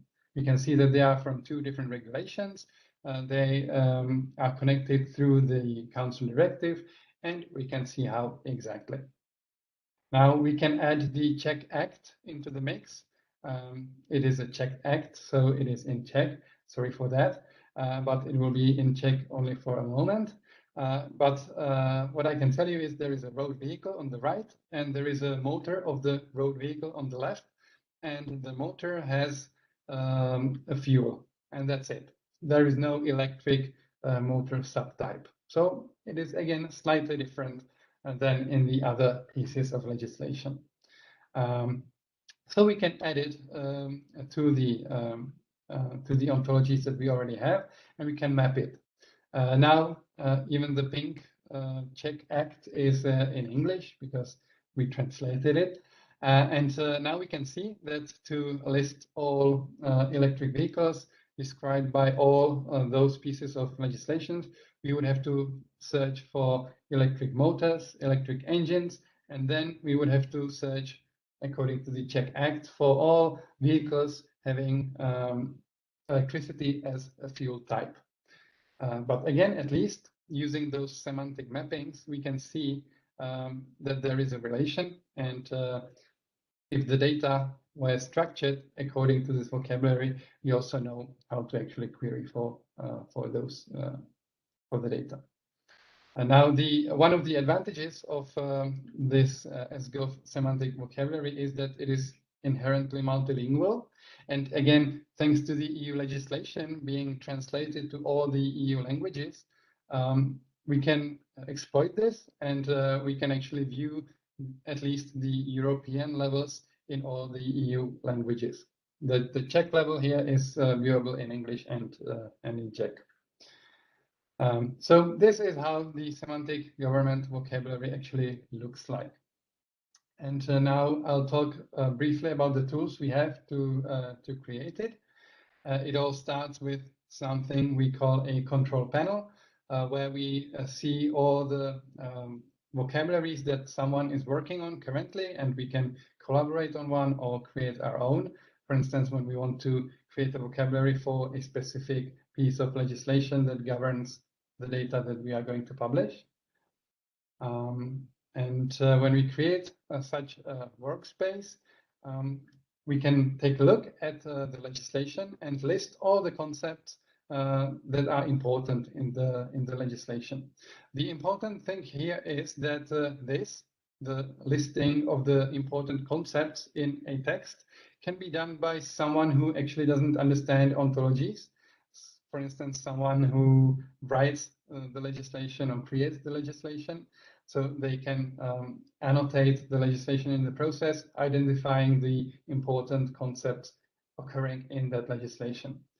The result of this, of course, is a list of concepts with no particular relations, or maybe some subclass of relations, and that's it. So then comes the next tool called Ontographer, which we have seen screenshots from before. And this is a tool for a ontology modeler expert. So it needs to be an ontology expert to be able to take a look at the list of important concepts and to be able to connect those concepts in a proper way, to establish proper relations and so on, and mappings maybe to other pre-existing similar or somehow connected vocabularies or ontologies. Once this is done, the semantic vocabulary or the ontology for this particular act is done and can be published, and is published as linked open data. So from that point onward, there is a pull request in a GitHub repository, which can be automatically validated, and there can be contributions from other people. But once the contribution is accepted, the vocabulary is part of SGOV, and the terms and the relationships are dereferenceable and accessible using a Sparkle endpoint. But that's not actually the end. Once we have this semantic vocabulary, we can use it because we have all the necessary information. We can use it to actually generate a standard like a formal open standard that I've shown you in the first part of the presentation. All the artifacts there, the human readable documentation, the conceptual model, the technical artifacts like the schemas for JSON and CSV and XML and so on, all those can be automatically generated from what we have in the semantic vocabulary. And not only that, also forms applications for actually filling data according to the formal open standard can be generated from this. However, this green part is still a work in progress, whereas the yellow and the orange parts we already have and we already use. So we are working on the. So now I have explained what the semantic government vocabulary is and what tools we have to use it, to create it. And now I'll talk a little bit about the public data space architecture, because in the public data space, all the data should and needs to be described by a formal open standard. Otherwise, it cannot go into the public data space. And when the formal open standards are generated actually from the semantic vocabulary, then the architecture would look like this. There is the institution with the internal database, and they will send the data they want to publish in the PDS to a component that we call a PDS storage. It is a software component, and it will receive the data according to one of the formats specified in the formal open standard. So the institution can choose whether they will send the data in XML, JSON, or CSV, as long as it is one of the formats specified by the standard. And since the storage component also understands the formal open standard, it will know which one to use, and it will generate all the other representations in the other data formats automatically. So this will be developed as an open source and reusable ETL-like tool, which accepts data according to the formal open standards and generates all the data, the representations in all the data formats. Which means that then each institution can decide to consume the data in their preferred data format, as well as every other consumer from the public, with the only difference that the institutions will have the accessibility guaranteed, and the regular open data user will have the regular open data, which is not guaranteed, but still there will be a best effort approach at least. Okay, so that was the architecture, and now the state of implementation of the public data space. Well, the architecture is done already, and there is finances allocated from the Next Generation EU program. So now we are in the phase where we are preparing for actually the implementation of all the software components needed, and then when we have this, the first data sets to actually populate PDS will be code lists, because they are like a basic building block for interoperability. So code lists, and this will force the other public administration institutions to reuse those code lists. And the formal open standard for code list is, of course, based on SCOS.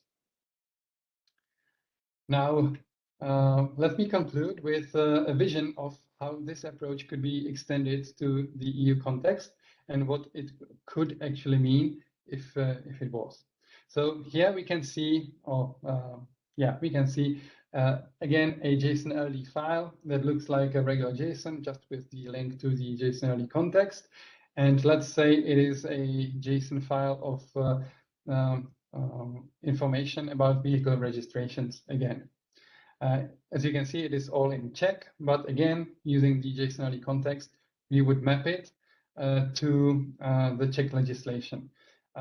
And of course, this JSON file needs to be compliant with a formal open standard. And the formal open standard is generated from the semantic vocabulary representing the Czech legislation regarding to vehicles registration. The same goes for the EU legislation regarding vehicle registrations. I have shown you the example before.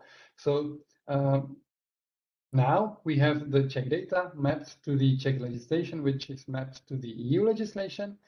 And then, for instance, CEMIC can work on a vehicle registration evidence vocabulary for, let's say, the single digital gateway. This should also be based on the EU legislation, right? So there should be a semantic mapping to the creative vocabulary. And when we have all of this in place, the data, the Czech data, could be automatically and semantically interoperable in a semantically interoperable way, transformed into the representation according to the CEMIC vocabulary, for instance. But that's not all, because we would have this transformation from the Czech point of view on the data to the EU point of view on the data. If some other nation would have their own semantic vocabulary mapped in the same way, they could again transform the data and view the data in the light of their own legislation, basically. So this is the vision of how or where it could lead, and that's all from my side. Are there any questions?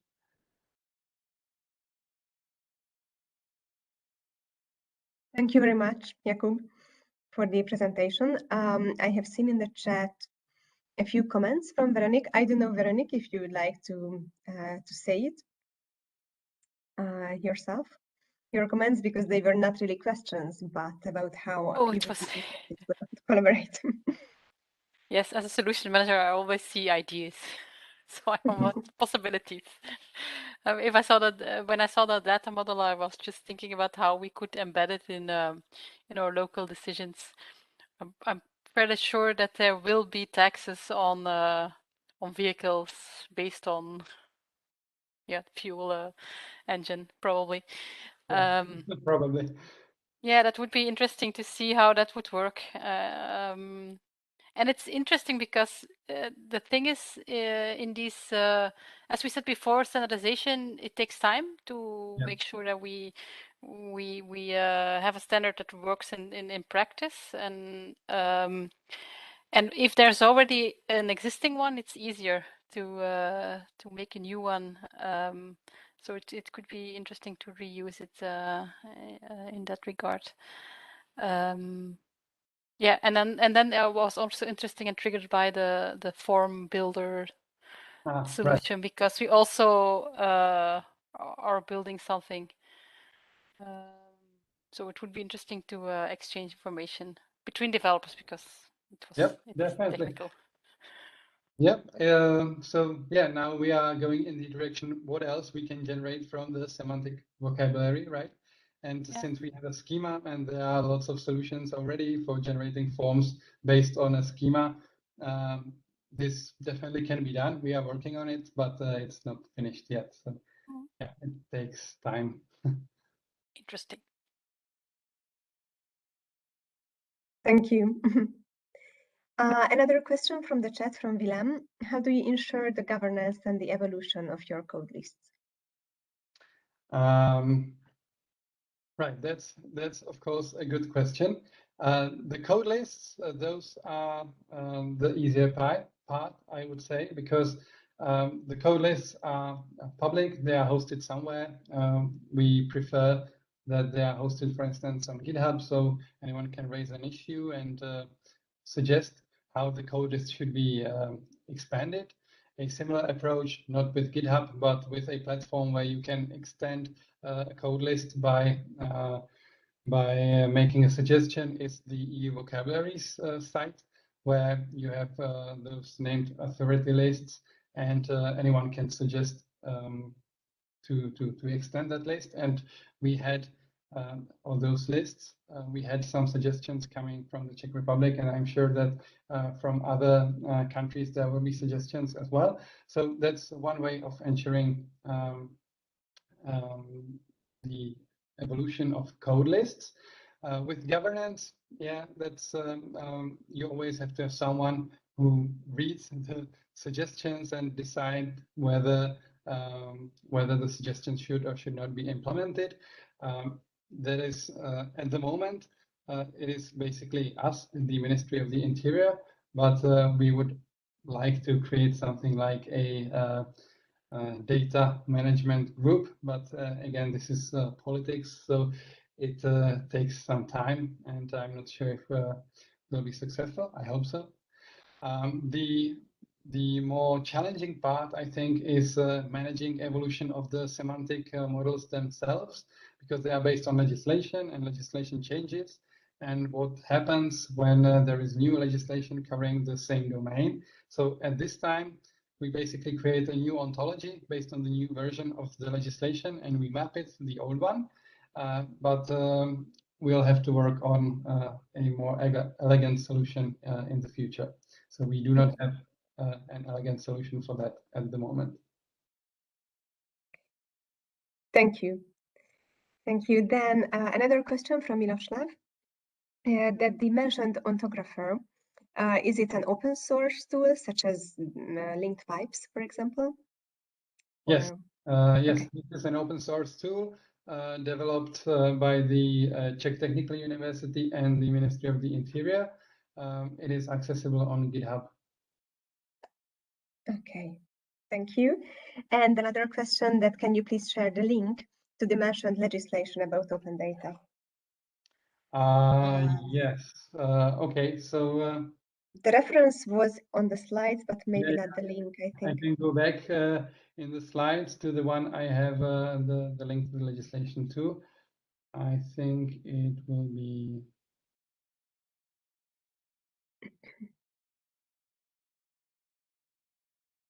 That's too much.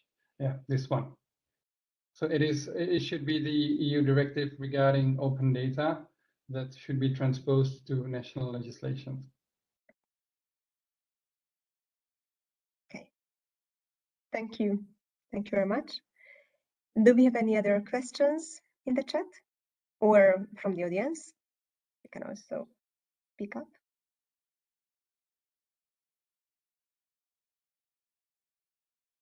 If not, I just would like to ask that what were the main challenges that you are facing?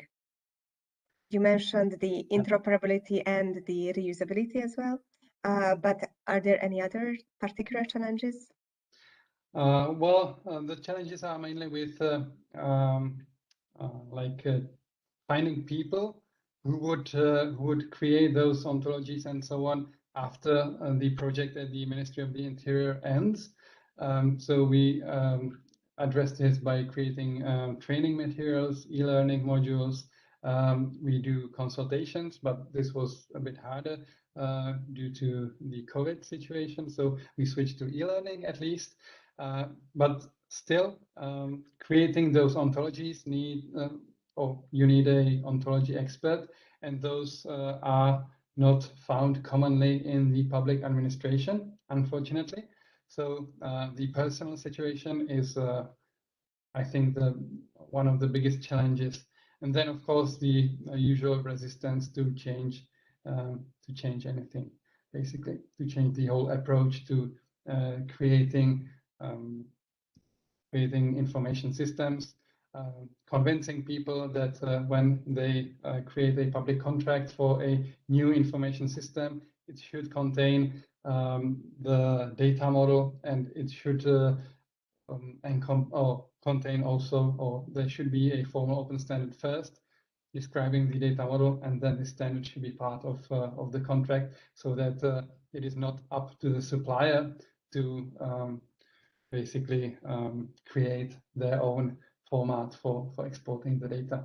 So it is the challenge of actually changing the mindset in the public administration to focus more on the data and less on the information systems.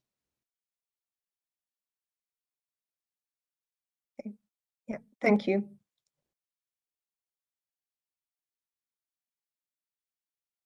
Okay, are there any other questions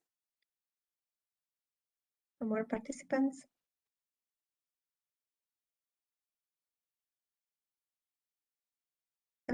So then I would like to thank you all for participating, in particular to our speakers.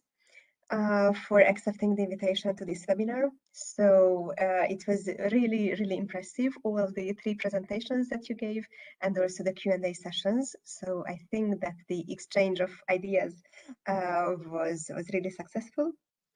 And so thank you again for participating. And I think that we are open for some collaborations and for further developments of your projects. So we wish you successful continuation of all these innovative projects that you're running. So thank you very much. And please send us the slides. So I would like to ask the speakers to send the slides that we can make available on our platforms, as well as the recording of the session. So thank you, and thank you also for the audience, for your questions, for your ideas, for your comments and remarks, and see you in the next event, which is going to come most probably in November with Wikimedia. And we will send you again the notifications on the usual channels. I can just see another comment in the chat from Veronique, from some info from the Data Hive. So then just please save the link that she posted. Thank you, Veronique. In the chat, and we can also publish that, of course, in the platforms along with the other materials. Okay, so thank you very much, everyone, and have a nice afternoon, and see you in the next event. Bye, everyone. Bye-bye. All right, thank you. Bye. Bye-bye. Thank you very much. Bye-bye.